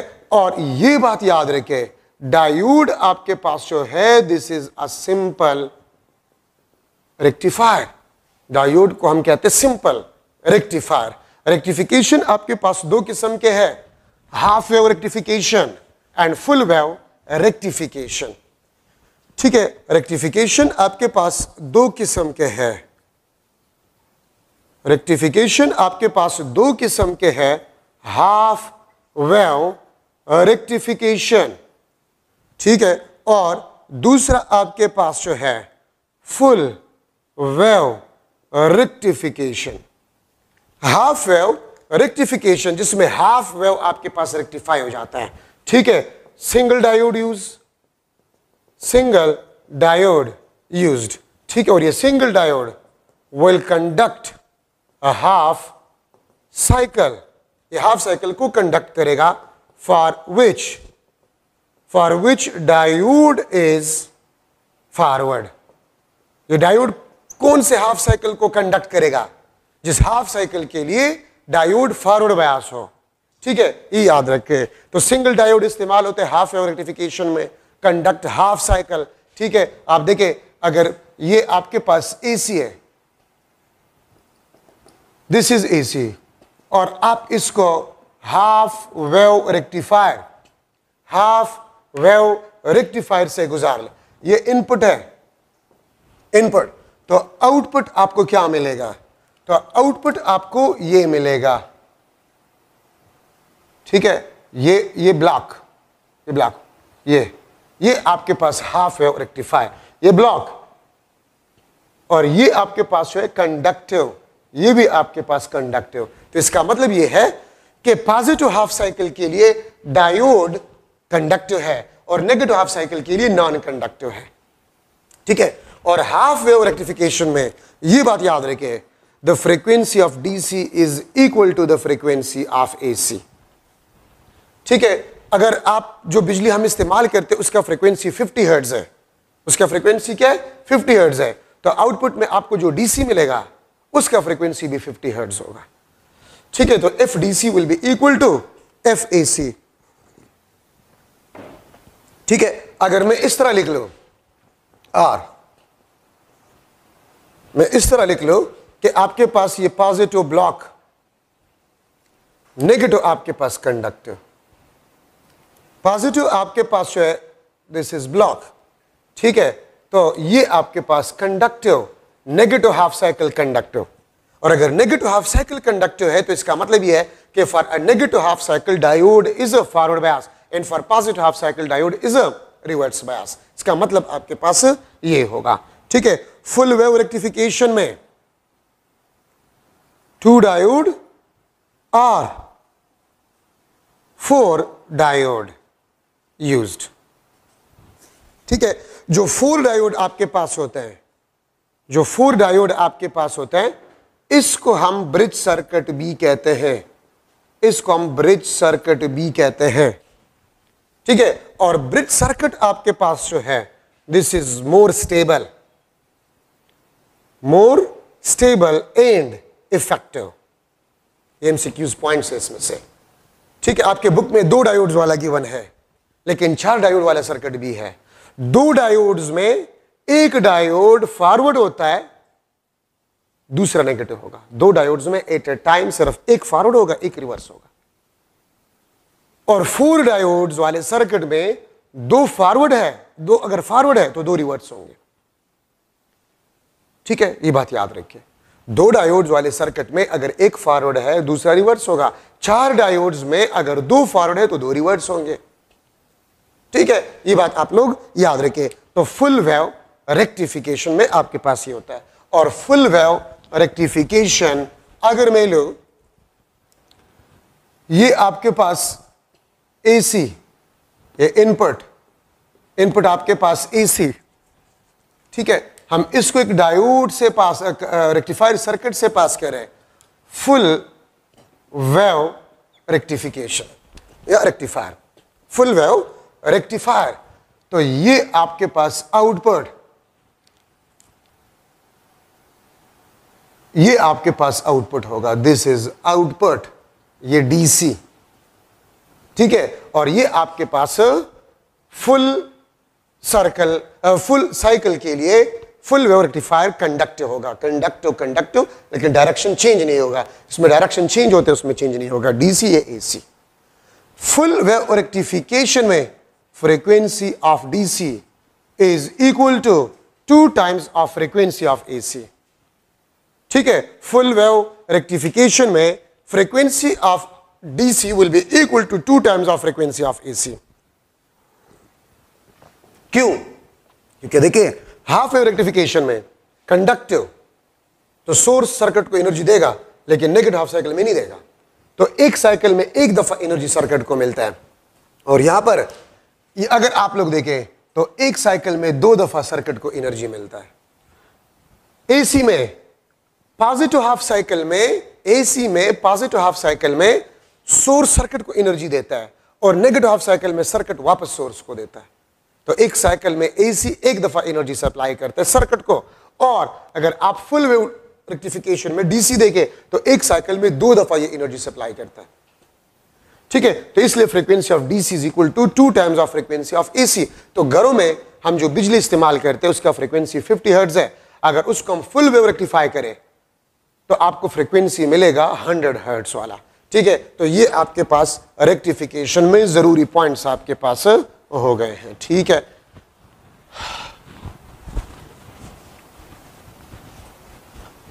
तो ये डायोड में आपके पास इंपॉर्टेंट डिस्कशन आपके पास हो गया। अच्छा, अब हम एक और डिवाइस की तरफ जा रहे हैं, ट्रांजिस्टर। ट्रांजिस्टर आपके पास जो है द टू जंक्शन डिवाइस। अगर आप एक एन टाइप को दो पी टाइप में डिफ्यूज करें, मिक्स करें, दोनों साइड से पी साइड, पी मटेरियल्स आप ले लें, और अगर आप पी को ले रहे हैं और दोनों साइड से आप एन के साथ इसको जो है दोनों साइड से फैब्रिकेट करें, ठीक है, तो आपके पास जो डिवाइस बन जाते हैं वो ट्रांजिस्टर बन जाता है। ठीक है, ट्रांजिस्टर आपके पास जो है दो किस्म के हैं। ट्रांजिस्टर आपके पास दो किस्म के हैं। नंबर फर्स्ट एनपीएन, अगर कैपिटल आपने लिख लिया या स्मॉल लिख लिया इट्स ओके। ठीक है, अगर आप पी मटेरियल को जिस तरह मैं बना रहा हूं डायग्राम पे थोड़ा सा गौर करें, इसमें एमसीक्यूज पॉइंट्स है। ठीक है, ये आपके पास एन, ये आपके पास पी, ये आपके पास एन। यहां पर आपके पास आयोनिक लेयर्स, ये पॉजिटिव, यहां पर नेगेटिव, यहां पर नेगेटिव, यहां पर आपके पास पॉजिटिव। तो देखिए दो जंक्शंस है इसमें। ठीक है, इसमें आपके पास क्या है, टू जंक्शंस, इसके टू जंक्शंस है और थ्री टर्मिनल्स है। टू जंक्शंस और थ्री आपके पास जो है टर्मिनल्स है। ठीक है, एक आपके पास ये जंक्शन, दूसरा आपके पास ये जंक्शन। ठीक है, ये आपके पास एनपीएन ट्रांजिस्टर, और सेकंड आपके पास जो है पीएनपी, या स्मॉल में भी आप लिख सकते हैं, और पीएनपी भी आपके पास है। ये आपके पास पीएनपी। ठीक है, ये पीएनपी ट्रांजिस्टर आपके पास है। मैं इस एनपीएन को इस तरह भी बना सकता हूं, पी आपके पास दरमियान में है,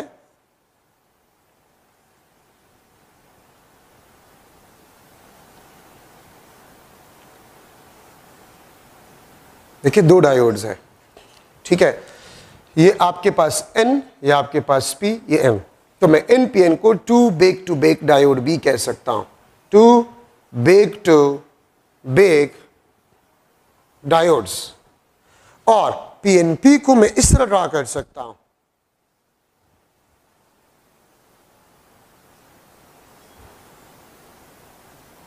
पीएनपी को मैं इस तरह ड्रा कर सकता हूं, this is P, this is N, this is P, two head diode,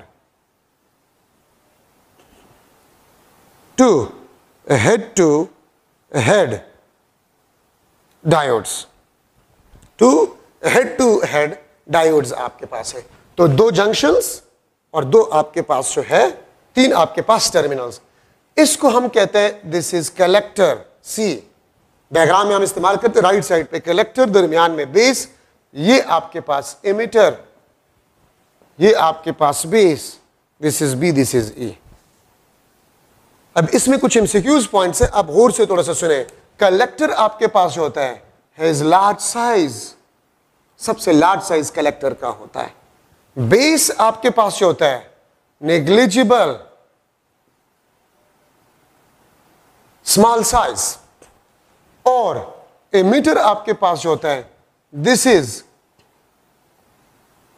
highly doped. ये इसमें एमसीक्यूज पॉइंट्स है। ठीक है, ये आपके पास जो है ये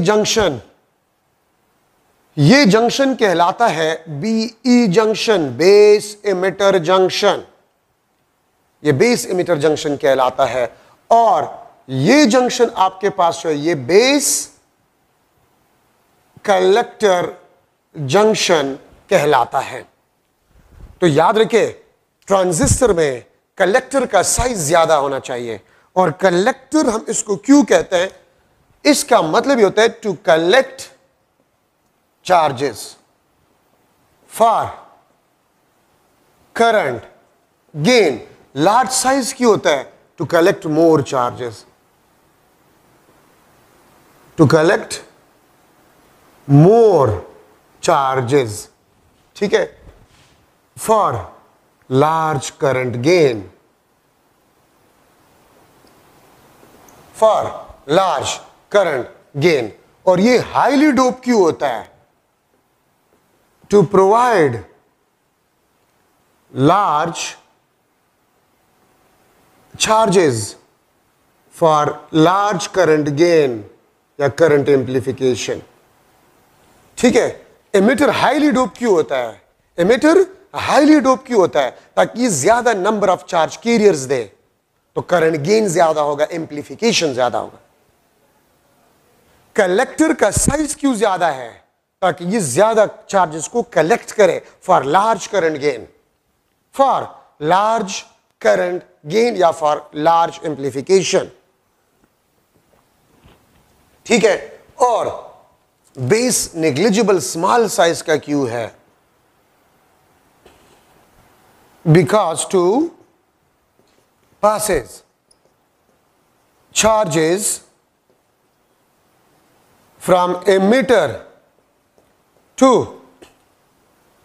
collector easily।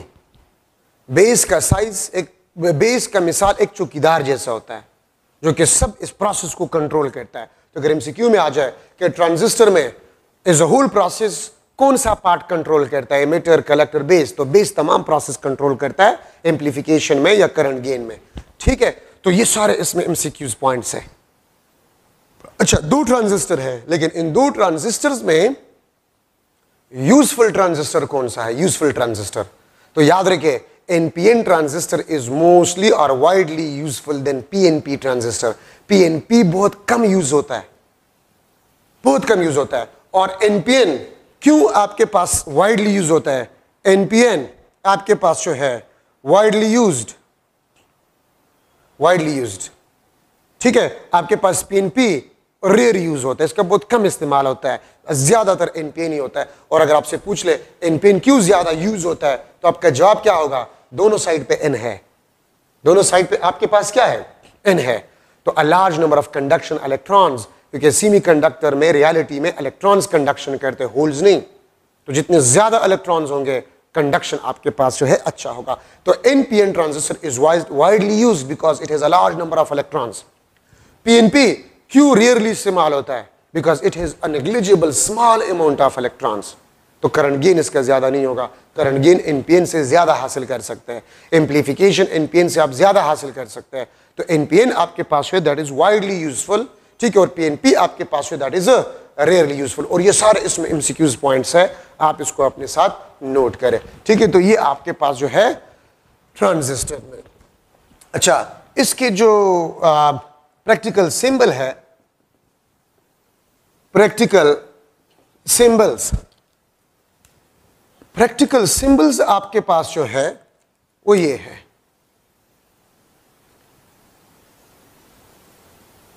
अब इसमें एक के साथ हम एरो लगा लेते हैं। तो जिसके साथ एरो होता है ये एमिटर होता है, जिसके साथ एरो नहीं होती कलेक्टर, और दरमियान में जो होता है ये बेस होता है। ठीक है, और इस तरह सर्कल बना ले,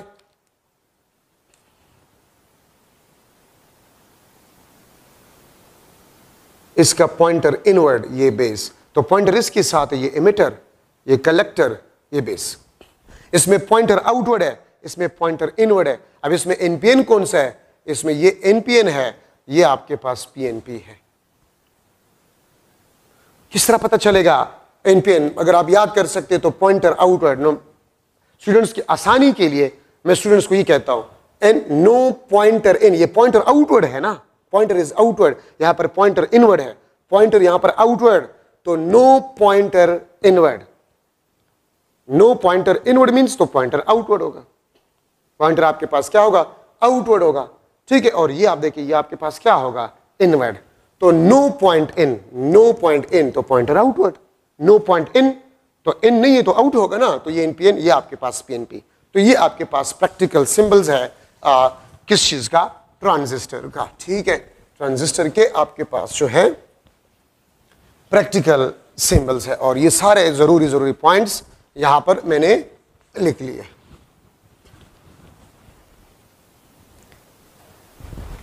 अच्छा, अब बयासिंग मैंने आपको स्टार्ट में बता दिया है कि अगर एक डिवाइस को बनाया जाता है, ठीक है, अगर एक डिवाइस को बनाया जाता है तो फिर उसको ऑपरेट करने का तरीका भी सिखाया जाता है, जिसको हम क्या कहते हैं, बायसिंग कहते हैं। ठीक है, तो biasing of a transistor, biasing of a transistor में याद रखें, BE junction means base emitter junction. This is always forward biased. This is always forward biased. Or base collector junction. Base collector junction. This is always reverse biased.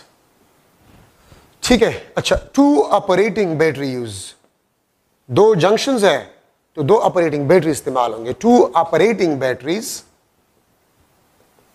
Used. ठीक है, आपके book वाले ने इसको VBB and VCC, या VBB के बजाय आप VBE भी लिख सकते हो और इसको आप VBC भी लिख सकते हैं। BE for base emitter, BC for base collector.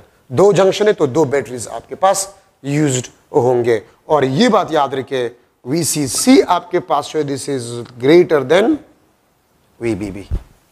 ठीक है, आप अगर डायोड को या किसी जंक्शन को फॉरवर्ड बायस कह रहे हैं तो आपने कम से कम पोटेंशियल पीएन जंक्शन के पोटेंशियल के बराबर देना होगा। अगर सिलिकॉन से डायोड बना हुआ है तो उसका पीएन जंक्शन का पोटेंशियल 0.7 वोल्ट है, तो कम से कम 0.7 या उससे थोड़ा सा ज्यादा प्रोवाइड करें। ठीक है, ये याद रखिए। तो BB या VBE ये बेस इमिटर को ऑपरेट करेगा, ये VCC या VBC ये बेस कलेक्टर जंक्शन को ऑपरेट करेगा। ठीक है, तो ये biasing condition, base emitter conjunction is always forward bias, base collector junction is always reverse bias. दो ऑपरेटिंग बैटरीज है, VBB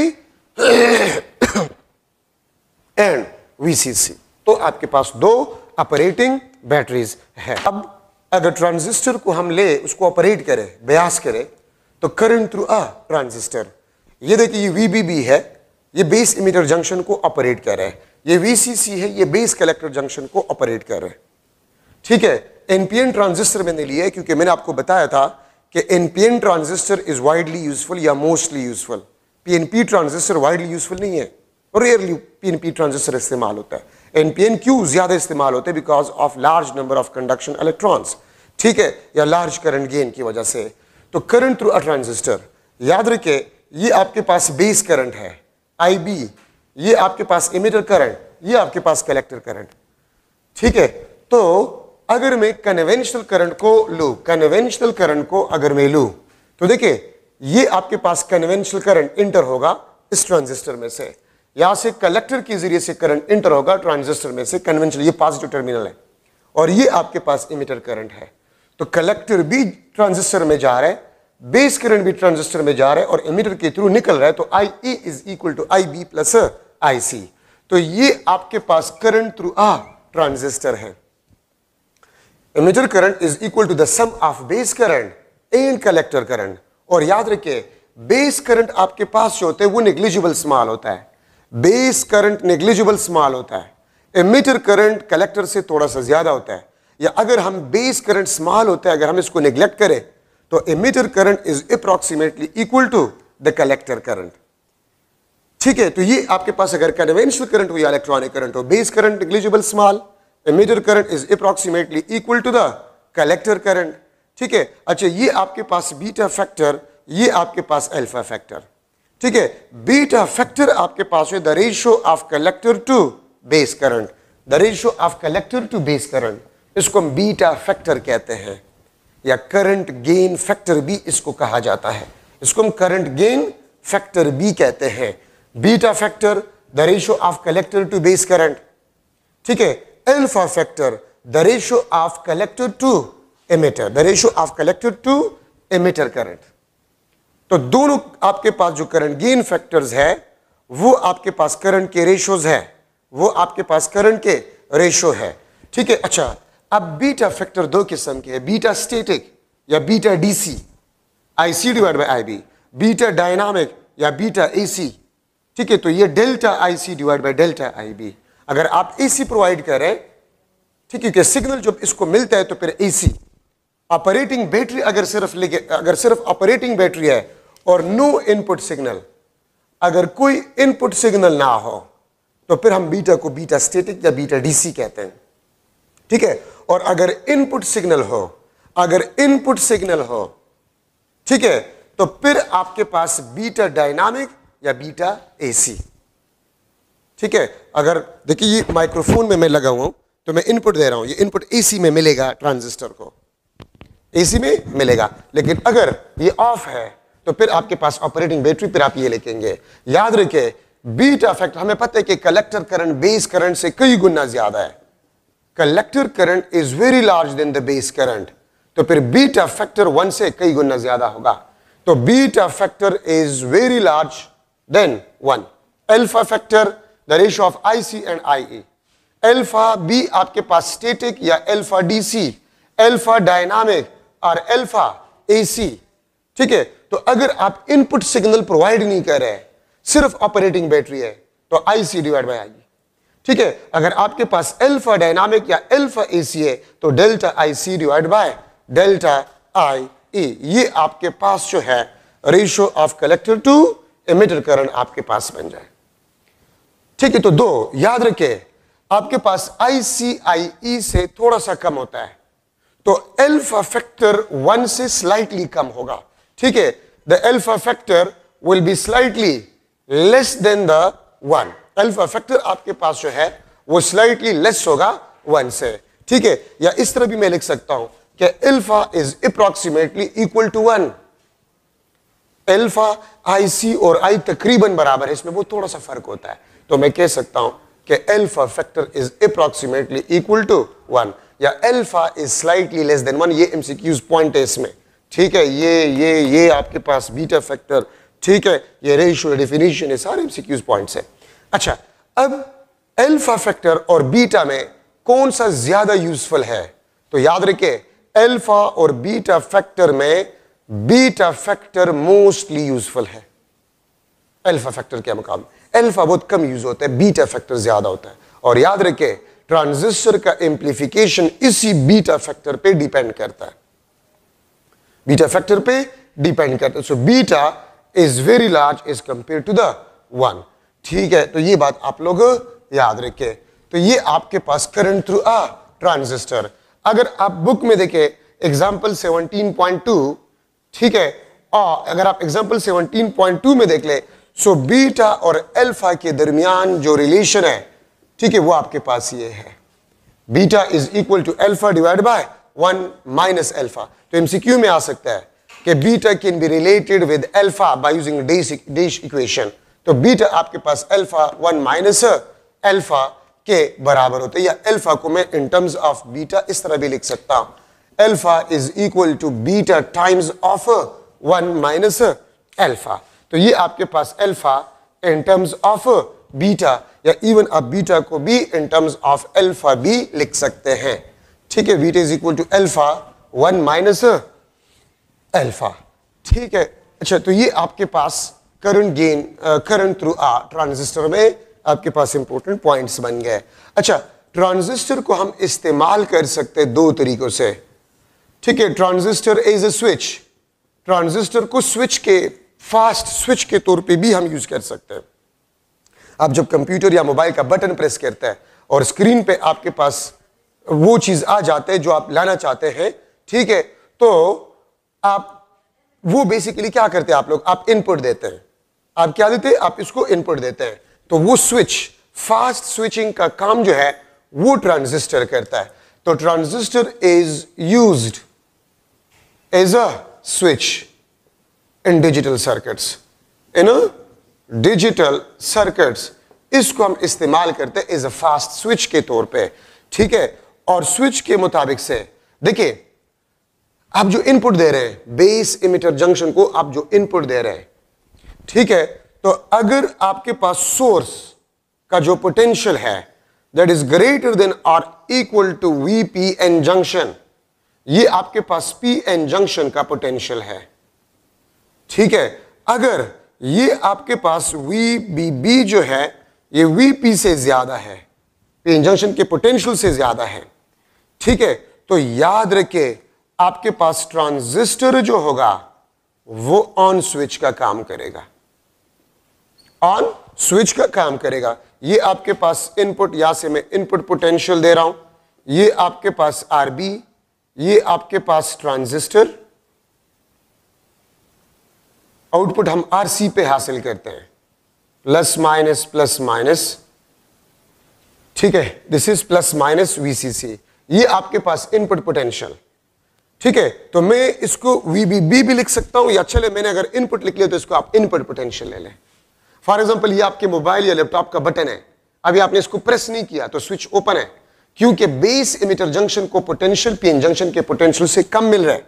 तो इनपुट पोटेंशियल अगर पीएन जंक्शन के पोटेंशियल से, या आप इस तरह भी लिख सकते हैं, ठीक है, ग्रेटर देन और इक्वल टू वीबीई, मतलब बेस इमिटर जंक्शन का पोटेंशियल, ठीक है। तो फिर आपके पास ट्रांजिस्टर ऑन स्विच का काम करेगा, कंडक्टिव का काम करेगा, ठीक है। और अगर आपके पास ये इनपुट पोटेंशियल जो आप दे रहे, ये input potential, if we input potential is less than the PN junction potential, ठीक है, और मैं इस तरह भी लिख सकता हूं, input potential less than the base emitter junction potential, तो फिर आपके पास ट्रांजिस्टर जो होगा, ट्रांजिस्टर ये ऑफ स्विच का काम करेगा, ये ऑफ स्विच का काम करेगा, नॉन कंडक्टिव होगा, ठीक है, नॉन कंडक्टिव होगा, क्योंकि हमने डायोड में ये पढ़ा है कि if diode is forward bias वो कंडक्टिव होगा, और अगर reverse bias non conductive, small current होगा, लेकिन स्मॉल करंट को हम नेग्लेक्ट कर सकते हैं। तो ट्रांजिस्टर भी एक स्विच का काम करते हैं, ठीक है, डिजिटल सर्किट्स में स्विचिंग का काम वो ट्रांजिस्टर करते हैं, ऑन ऑफ का काम, ठीक है। तो ये आपके पास ट्रांजिस्टर इज अ स्विच में इंपॉर्टेंट पॉइंट्स आपके पास जो है वो बन गए। ट्रांजिस्टर को हम यूज कर सकते as amplifier, can be also used as amplifier, ठीक है। तो मैं अगर एम्पलीफिकेशन को लूं कि व्हाट इज एम्पलीफिकेशन, अगर मैं एम्पलीफिकेशन को लूं तो process in which amplitude of signal increased, amplitude of signal increased, तो उसको बेसिकली हम एम्पलीफिकेशन कहते हैं। इसको हम क्या कहते हैं? एम्पलीफिकेशन कहते हैं। ये आपके पास लेट सपोज इनपुट सिग्नल है, ये आपके पास इनपुट सिग्नल है, और यहां पर आप इसको एम्पलीफायर से गुजार लेते हैं, ठीक है। और जब आप इसको एम्पलीफायर से गुजार लेते हैं तो आपके पास एम्पलीट्यूड इंक्रीज, ये आपके पास आउटपुट, ठीक है। सो एम्पलीट्यूड आपके पास इंक्रीज, और इसका प्रैक्टिकल मिसाल क्या है?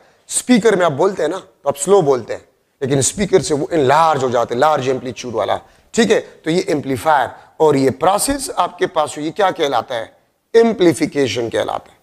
Process is known as a amplification. और याद रखे ट्रांजिस्टर को हम कहते हैं इज अ सिंपल एम्पलीफायर।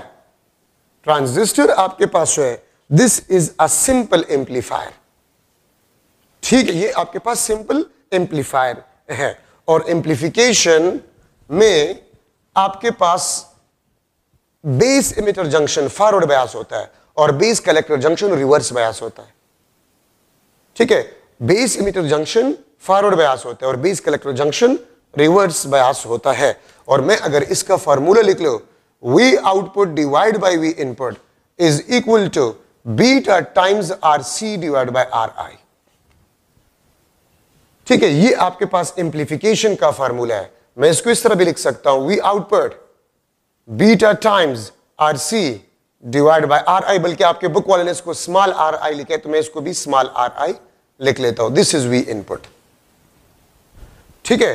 ये आर सी कलेक्टर के साथ जो रेजिस्टर कनेक्ट है ये आर सी है, और ये आर आई क्या है? ये बेस इमिटर जंक्शन रेजिस्टेंस है, बेस इमिटर जंक्शन रेजिस्टेंस है। और याद रखे बेस इमिटर जंक्शन का जो रेजिस्टेंस है, ठीक है, वो किलो ओहम में तकरीबन होता है, किलो ओहम में तकरीबन आपके पास ये रेजिस्टेंस होता है, ठीक है। तो अगर इनपुट पोटेंशियल गिवन है, बीटा फैक्टर गिवन है, आरसी और आर आई गिवन है, तो इससे आप आउटपुट पोटेंशियल हासिल कर सकते हैं। तो ये आपके पास प्रिंसिपल फार्मूला है this is the principle formula of amplification. ये एम्प्लीफिकेशन का प्रिंसिपल फार्मूला है। और मैं इस तरह भी लिख सकता हूं, ये आपके पास क्या है, ये वोल्टेज गेन, ये वोल्टेज गेन है। ठीक है, तो वोल्टेज गेन, इस फार्मूले को मैं इस तरह भी लिख सकता हूं, इस फार्मूले को खास तौर पे मैं इस तरह भी लिख सकता हूं, AV is equal to beta times of RC divide by RI। ये आपके पास जो है वोल्टेज गेन फैक्टर है। AV किस चीज के बराबर है, V output divide by V input, V output divide by V input के बराबर है वोल्टेज गेन। और वोल्टेज गेन, इसमें ये MCQ पॉइंट है, एम्प्लीफिकेशन में voltage gain depends upon dash, तो करंट गेन पे डिपेंड करता है। ये करंट गेन जितना ज्यादा होगा तो वोल्टेज गेन उतना ही ज्यादा होगा। ये करंट गेन फैक्टर जितना ज्यादा होगा, वोल्टेज गेन उतना ही ज्यादा होगा, एम्प्लीफिकेशन उतना ही ज्यादा होगा। तो ट्रांजिस्टर में मैंने आपको बताया था कि कलेक्टर का साइज बड़ा रखा जाता है और एमिटर को हाईली डोप किया जाता है, बेस को नेग्लिजिबली स्मॉल साइज में रखा जाता है। क्यों? एमिटर को हाईली डोप इसलिए किया जाता है ताकि एमिटर ज्यादा चार्जेस प्रोवाइड करे फॉर करंट गेन। कलेक्टर का ज्यादा साइज इसलिए रखा जाता है ताकि ये ज्यादा चार्जेस को गेन करे। बेस को नेग्लिजिबल स्मॉल साइज इसलिए रखा जाता है ताकि कलेक्टर से चार्जेस इजीली एमिटर से चार्जेस इजीली कलेक्टर में जाए, इसलिए बेस का साइज नेग्लिजिबल स्मॉल साइज में रखा जाता है। बेस एमिटर जंक्शन को फॉरवर्ड बायस क्यों रखा जाता है, ताकि एमिटर से चार्जेस इजीली बेस में जाए। बेस कलेक्टर को रिवर्स बायस में क्यों रखा जाता है, ताकि वो चार्जेस जो बेस में आए तो वो बेस कलेक्टर को जो रिवर्स बायस रख रहे वो बैटरी उसको अट्रैक्ट करता है for large current gain, for large current gain. तो ये आपके पास जरूरी पॉइंट्स है in a voltage in amplification. Voltage gain depends upon beta. Collector size का क्यों ज्यादा रखा जाता है, to collect more charges for large current gain. Emitter को हाईली डोप क्यों किया जाता है, to provide large number of charges for current gain. Base को नेग्लिजिबल साइज के क्यों रखा जाता है, to provide to passes charges easily from emitter to collector. ठीक है, ये याद रखिए। और बेस एमिटर जंक्शन को फॉरवर्ड बायस में क्यों रखा जाता है, ताकि चार्जेस इजीली कलेक्टर से एमिटर में जाए। ठीक है, और याद रखिए एम्प्लीफिकेशन के दौरान सारा प्रोसेस कौन सा पार्ट कंट्रोल करता है, तो base control the whole process of amplification. Transistor के तमाम प्रोसेस को कंट्रोल करता है बेस। तो एमसीक्यू में अगर मुख्तलिफ बुक्स में देखें, so which part of the transistor control the whole process during amplification, तो base control the amplification process as a whole. ठीक है, तो ये आपके पास जो है जरूरी पॉइंट्स है एम्प्लीफिकेशन में। तो ट्रांजिस्टर को दो पर्पसेस के लिए हम इस्तेमाल करते हैं। ठीक है, एज अ स्विच के तौर पे भी इसको इस्तेमाल किया जाता है और एम्प्लीफिकेशन के तौर पे भी इसको इस्तेमाल किया जाता है। ठीक है, अच्छा आपके पास कॉन्फ़िगरेशन है, configuration of transistor, configuration of transistor. तीन किस्म के कॉन्फ़िगरेशन है। कॉमन एमिटर, ठीक है, और the terminal common to both input and output. The terminal common to both input and output is known as common terminal. ठीक है, अब अगर मैं लिख लूं common emitter, तो इसका मतलब यह है emitter is common। इस तरह ये अगर आपके पास ट्रांजिस्टर है, ये emitter, ये कलेक्टर, ये आपके पास बेस। ठीक है, ये एमिटर, ये कलेक्टर, ये बेस, यहां से इनपुट दिया जाता है, यहां से आउटपुट हासिल किया जाता है। एमिटर कॉमन है, तो इस कॉन्फ़िगरेशन को हम कॉमन एमिटर कॉन्फ़िगरेशन कहते हैं। और इसमें दो एमसीक्यूज है। Common emitter configuration is widely useful. ठीक है, it has a large current gain, it has large current gain. ठीक है, useful and stable, useful and stable, has large current gain. इसका करंट गेन आपके पास जो है लार्ज होता है। The output signal is 180 degree out of phase, then input signal, then input signal. ठीक है, आउटपुट सिग्नल आपके पास होता है. अगर ये आपके पास इनपुट होता है, अगर ये इनपुट है, क्रस्ट पहले ट्रफ बाद में, तो आउटपुट में आपके पास ट्रफ पहले होगा, क्रस्ट बाद में होगा.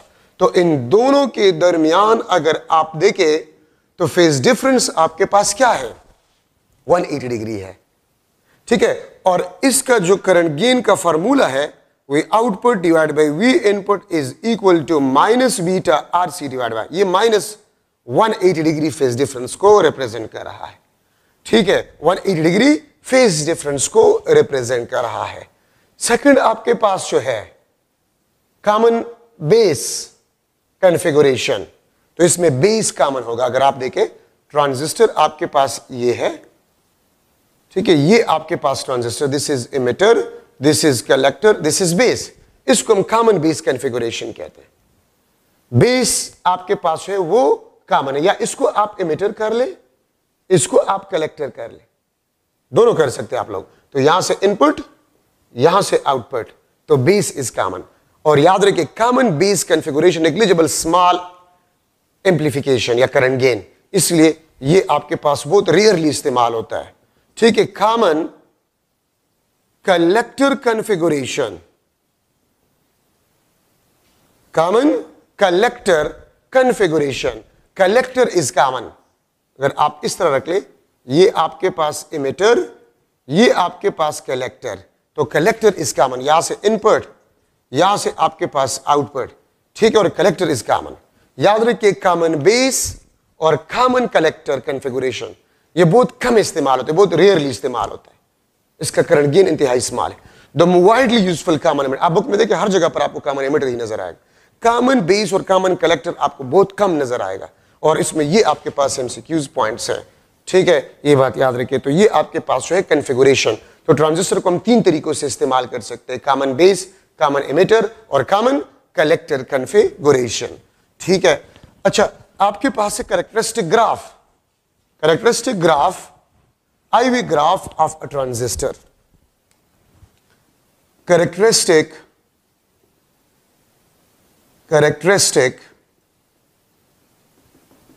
Graph, IV graph, IV graph of transistor, of transistor. तो देखिए ये आपके पास कलेक्ट VCE और ये आपके पास IC. VCE आपके पास जो होते हैं VCE, this is equal to VBC minus VBE, base collector और बेस एमिटर. उसकी पोटेंशियल का डिफरेंस आपके पास है VCE कहलाता है. तो अगर आप बुक में देखें,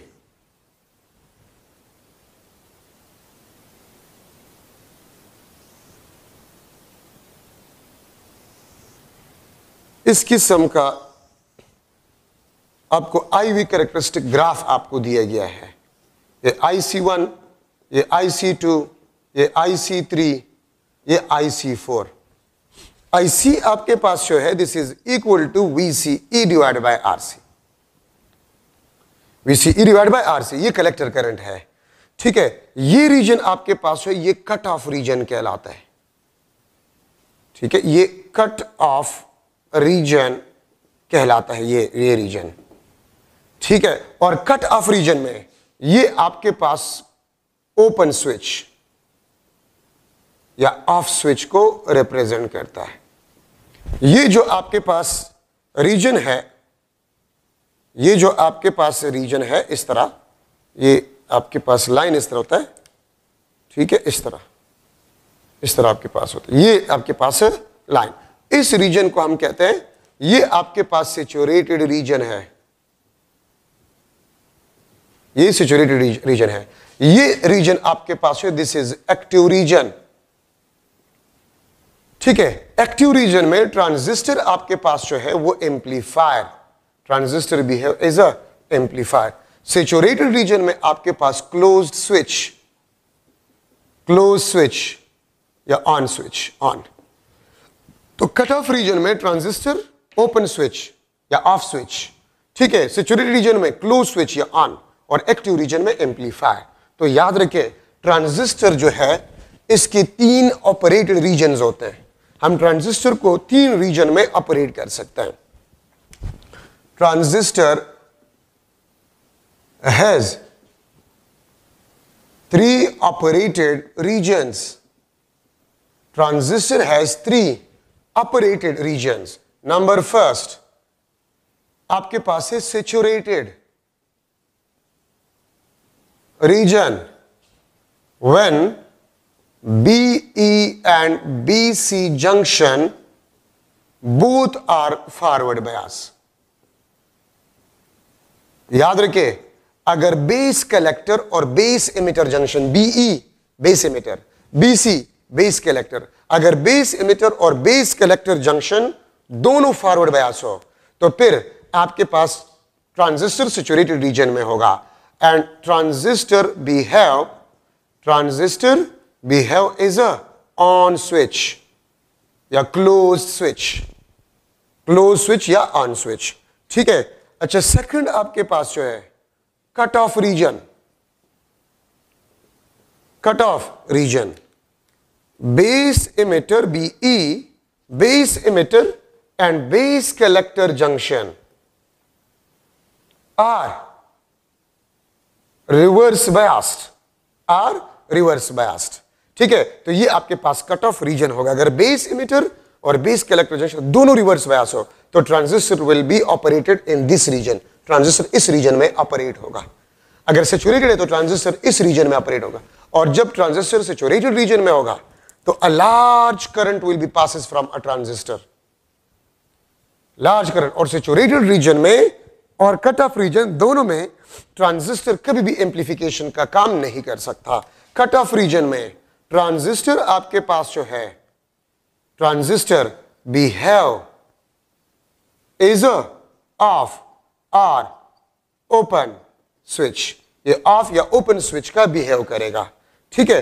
और थर्ड आपके पास जो है थर्ड में यहां पर लिख लेता हूं। थर्ड आपके पास जो है active region BE forward base emitter junction अगर फॉरवर्ड बायस्ड हो, ठीक है, और BC जंक्शन रिवर्स बायस्ड हो, ठीक है, तो फिर आपके पास ट्रांजिस्टर एक्टिव रीजन, फिर ट्रांजिस्टर इस रीजन में होगा। ठीक है। और एक्टिव रीजन में transistor behave is a open या ऑफ स्विच, ओपन या ऑफ स्विच का बिहेव करेगा। ठीक है। और यहां पर मैं अगर एक लाइन ड्रॉ करूं, इस लाइन को हम कहते हैं this is a load line, इसको हम लोड लाइन कहते हैं। और लोड लाइन वो लाइन होता है जो कि सैचुरेटेड और कट ऑफ रीजन को मिलाए, वो लाइन जो सैचुरेटेड और कट ऑफ रीजन को मिलाए उसको हम लोड लाइन कहते हैं। और इस पे एक पॉइंट होता है जिसको हम क्विसेंट पॉइंट कहते हैं, क्विसेंट पॉइंट, और इसको हम क्यू पॉइंट भी लिखते हैं, क्विसेंट पॉइंट या क्यू पॉइंट आपके पास जो है। और क्विसेंट पॉइंट या क्यू पॉइंट वो पॉइंट आपके पास होता है, ये क्विसेंट पॉइंट, जहां पर एम्प्लीफिकेशन, पावर एम्प्लीफिकेशन मैक्सिमम हो। ठीक है। So the point on a load line where power amplification is maximum, उस पॉइंट को हम क्विसेंट पॉइंट या क्यू पॉइंट कहते हैं। ठीक है। वो पॉइंट जिस पे पावर एम्प्लीफिकेशन मैक्सिमम हो उस पॉइंट को हम क्विसेंट पॉइंट या क्यू पॉइंट कहते हैं। तो ये इसमें जरूरी पॉइंट्स है। ठीक है। आपके पास जो IV कैरेक्टरिस्टिक ग्राफ है ये इसमें आपके पास इंपॉर्टेंट पॉइंट्स हो गए। अब देखिए डिजिटल सर्किट आपके पास क्या होता है, which operated on two discrete values. ठीक है। That is 1 0 on off, yes no, true false, ठीक है, क्लोज्ड ओपन। कोई भी आप इसके लिए इस्तेमाल कर सकते हैं। तो फिर उस सर्किट को हम कहते हैं डिजिटल सर्किट। एक होते हैं एनालॉग सर्किट, एनालॉग सर्किट किसी भी वैल्यू पे ऑपरेट आप कर सकते हैं, और एक आपके पास होता है डिजिटल सर्किट जो कि एक डिस्क्रीट वैल्यू पे वो सर्किट ऑपरेट होता है, 1 0 on off, yes no, true false, closed open, ठीक है, उसको हम डिजिटल सर्किट कहते हैं। और डिजिटल सर्किट में सबसे इंपॉर्टेंट रोल लॉजिक गेट का होता है। लॉजिक गेट भी आपके पास ट्रांजिस्टर, लॉजिक गेट भी आपके पास डिजिटल सर्किट है, लॉजिक गेट भी आपके पास डिजिटल सर्किट है, जो कि ट्रांजिस्टर और डायोड्स मिलकर एक लॉजिक गेट बनाता है, ठीक है। ये कुछ चीजें तो आपके बुक में नहीं है, लेकिन थोड़ा सा मैं उसको डिस्कस करना चाहता हूं। लॉजिक गेट्स आपके पास डिजिटल सर्किट है, उसमें से आपके पास कुछ बेसिक गेट्स है, बेसिक गेट्स, ठीक है। फर्स्ट आपके पास जो है not gate, not gate, second आपके पास जो है आर गेट, और थर्ड आपके पास जो होता है एंड गेट। ये आपके पास बेसिक गेट्स है। इसके अलावा जितनी भी गेट्स हैं they are derived, they are derived, ठीक है। अच्छा, अब ट्रूथ टेबल आपके पास होते हैं, ट्रूथ टेबल ये हम लॉजिक गेट्स में इस्तेमाल करते हैं, ठीक है। विच रिलेट इनपुट एंड आउटपुट, जो कि इनपुट और आउटपुट को रिलेट करे उसको हम ट्रुथ टेबल कहते हैं, ठीक है। बूलन अलजबरा, बूलन अलजबरा, आपके पास the algebra used in digital electronics, उस अलजबरा को हम बूलन अलजबरा कहते हैं, जिसमें हम डिजिटल इलेक्ट्रॉनिक्स में जो अलजबरा हम यूज करते हैं उसको बेसिकली हम कहते हैं बूलन अलजबरा, ठीक है। और याद रखें इन बूलन अलजबरा, इन बूलन अलजबरा 1 + 1 = 1, 1 जितने भी टाइम्स आप ऐड करिए 1 ही होगा बूलन अलजबरा में, ठीक है। ये बात आप लोग याद रखें। नॉट गेट, इसको इन्वर्टर भी कहा जाता है, इसको इन्वर्टर भी कहा जाता है। अगर इनपुट में आप हाई देंगे तो ये आउटपुट लो देगा, अगर इनपुट आप लो देंगे तो आउटपुट आप हाई देगा। नॉट गेट का एक इनपुट टर्मिनल होता है और एक आउटपुट टर्मिनल होता है। और गेट के कम से कम 2 इनपुट होते हैं, एक आउटपुट होता है। एंड गेट कम से कम 2 इनपुट और एक आपके पास आउटपुट, ठीक है, होता है। तो ये आपके बुक में नहीं है, लेकिन थोड़ा सा मैंने डिस्कस किया। आपका इलेक्ट्रॉनिक्स चैप्टर भी खत्म हो गए, जितने भी इंपॉर्टेंट पॉइंट्स थे वो मैंने आपको सिखा दिए। नेक्स्ट लेक्चर में इंशाल्लाह मैं मॉडर्न फिजिक्स शुरू करूंगा। Thank you so much.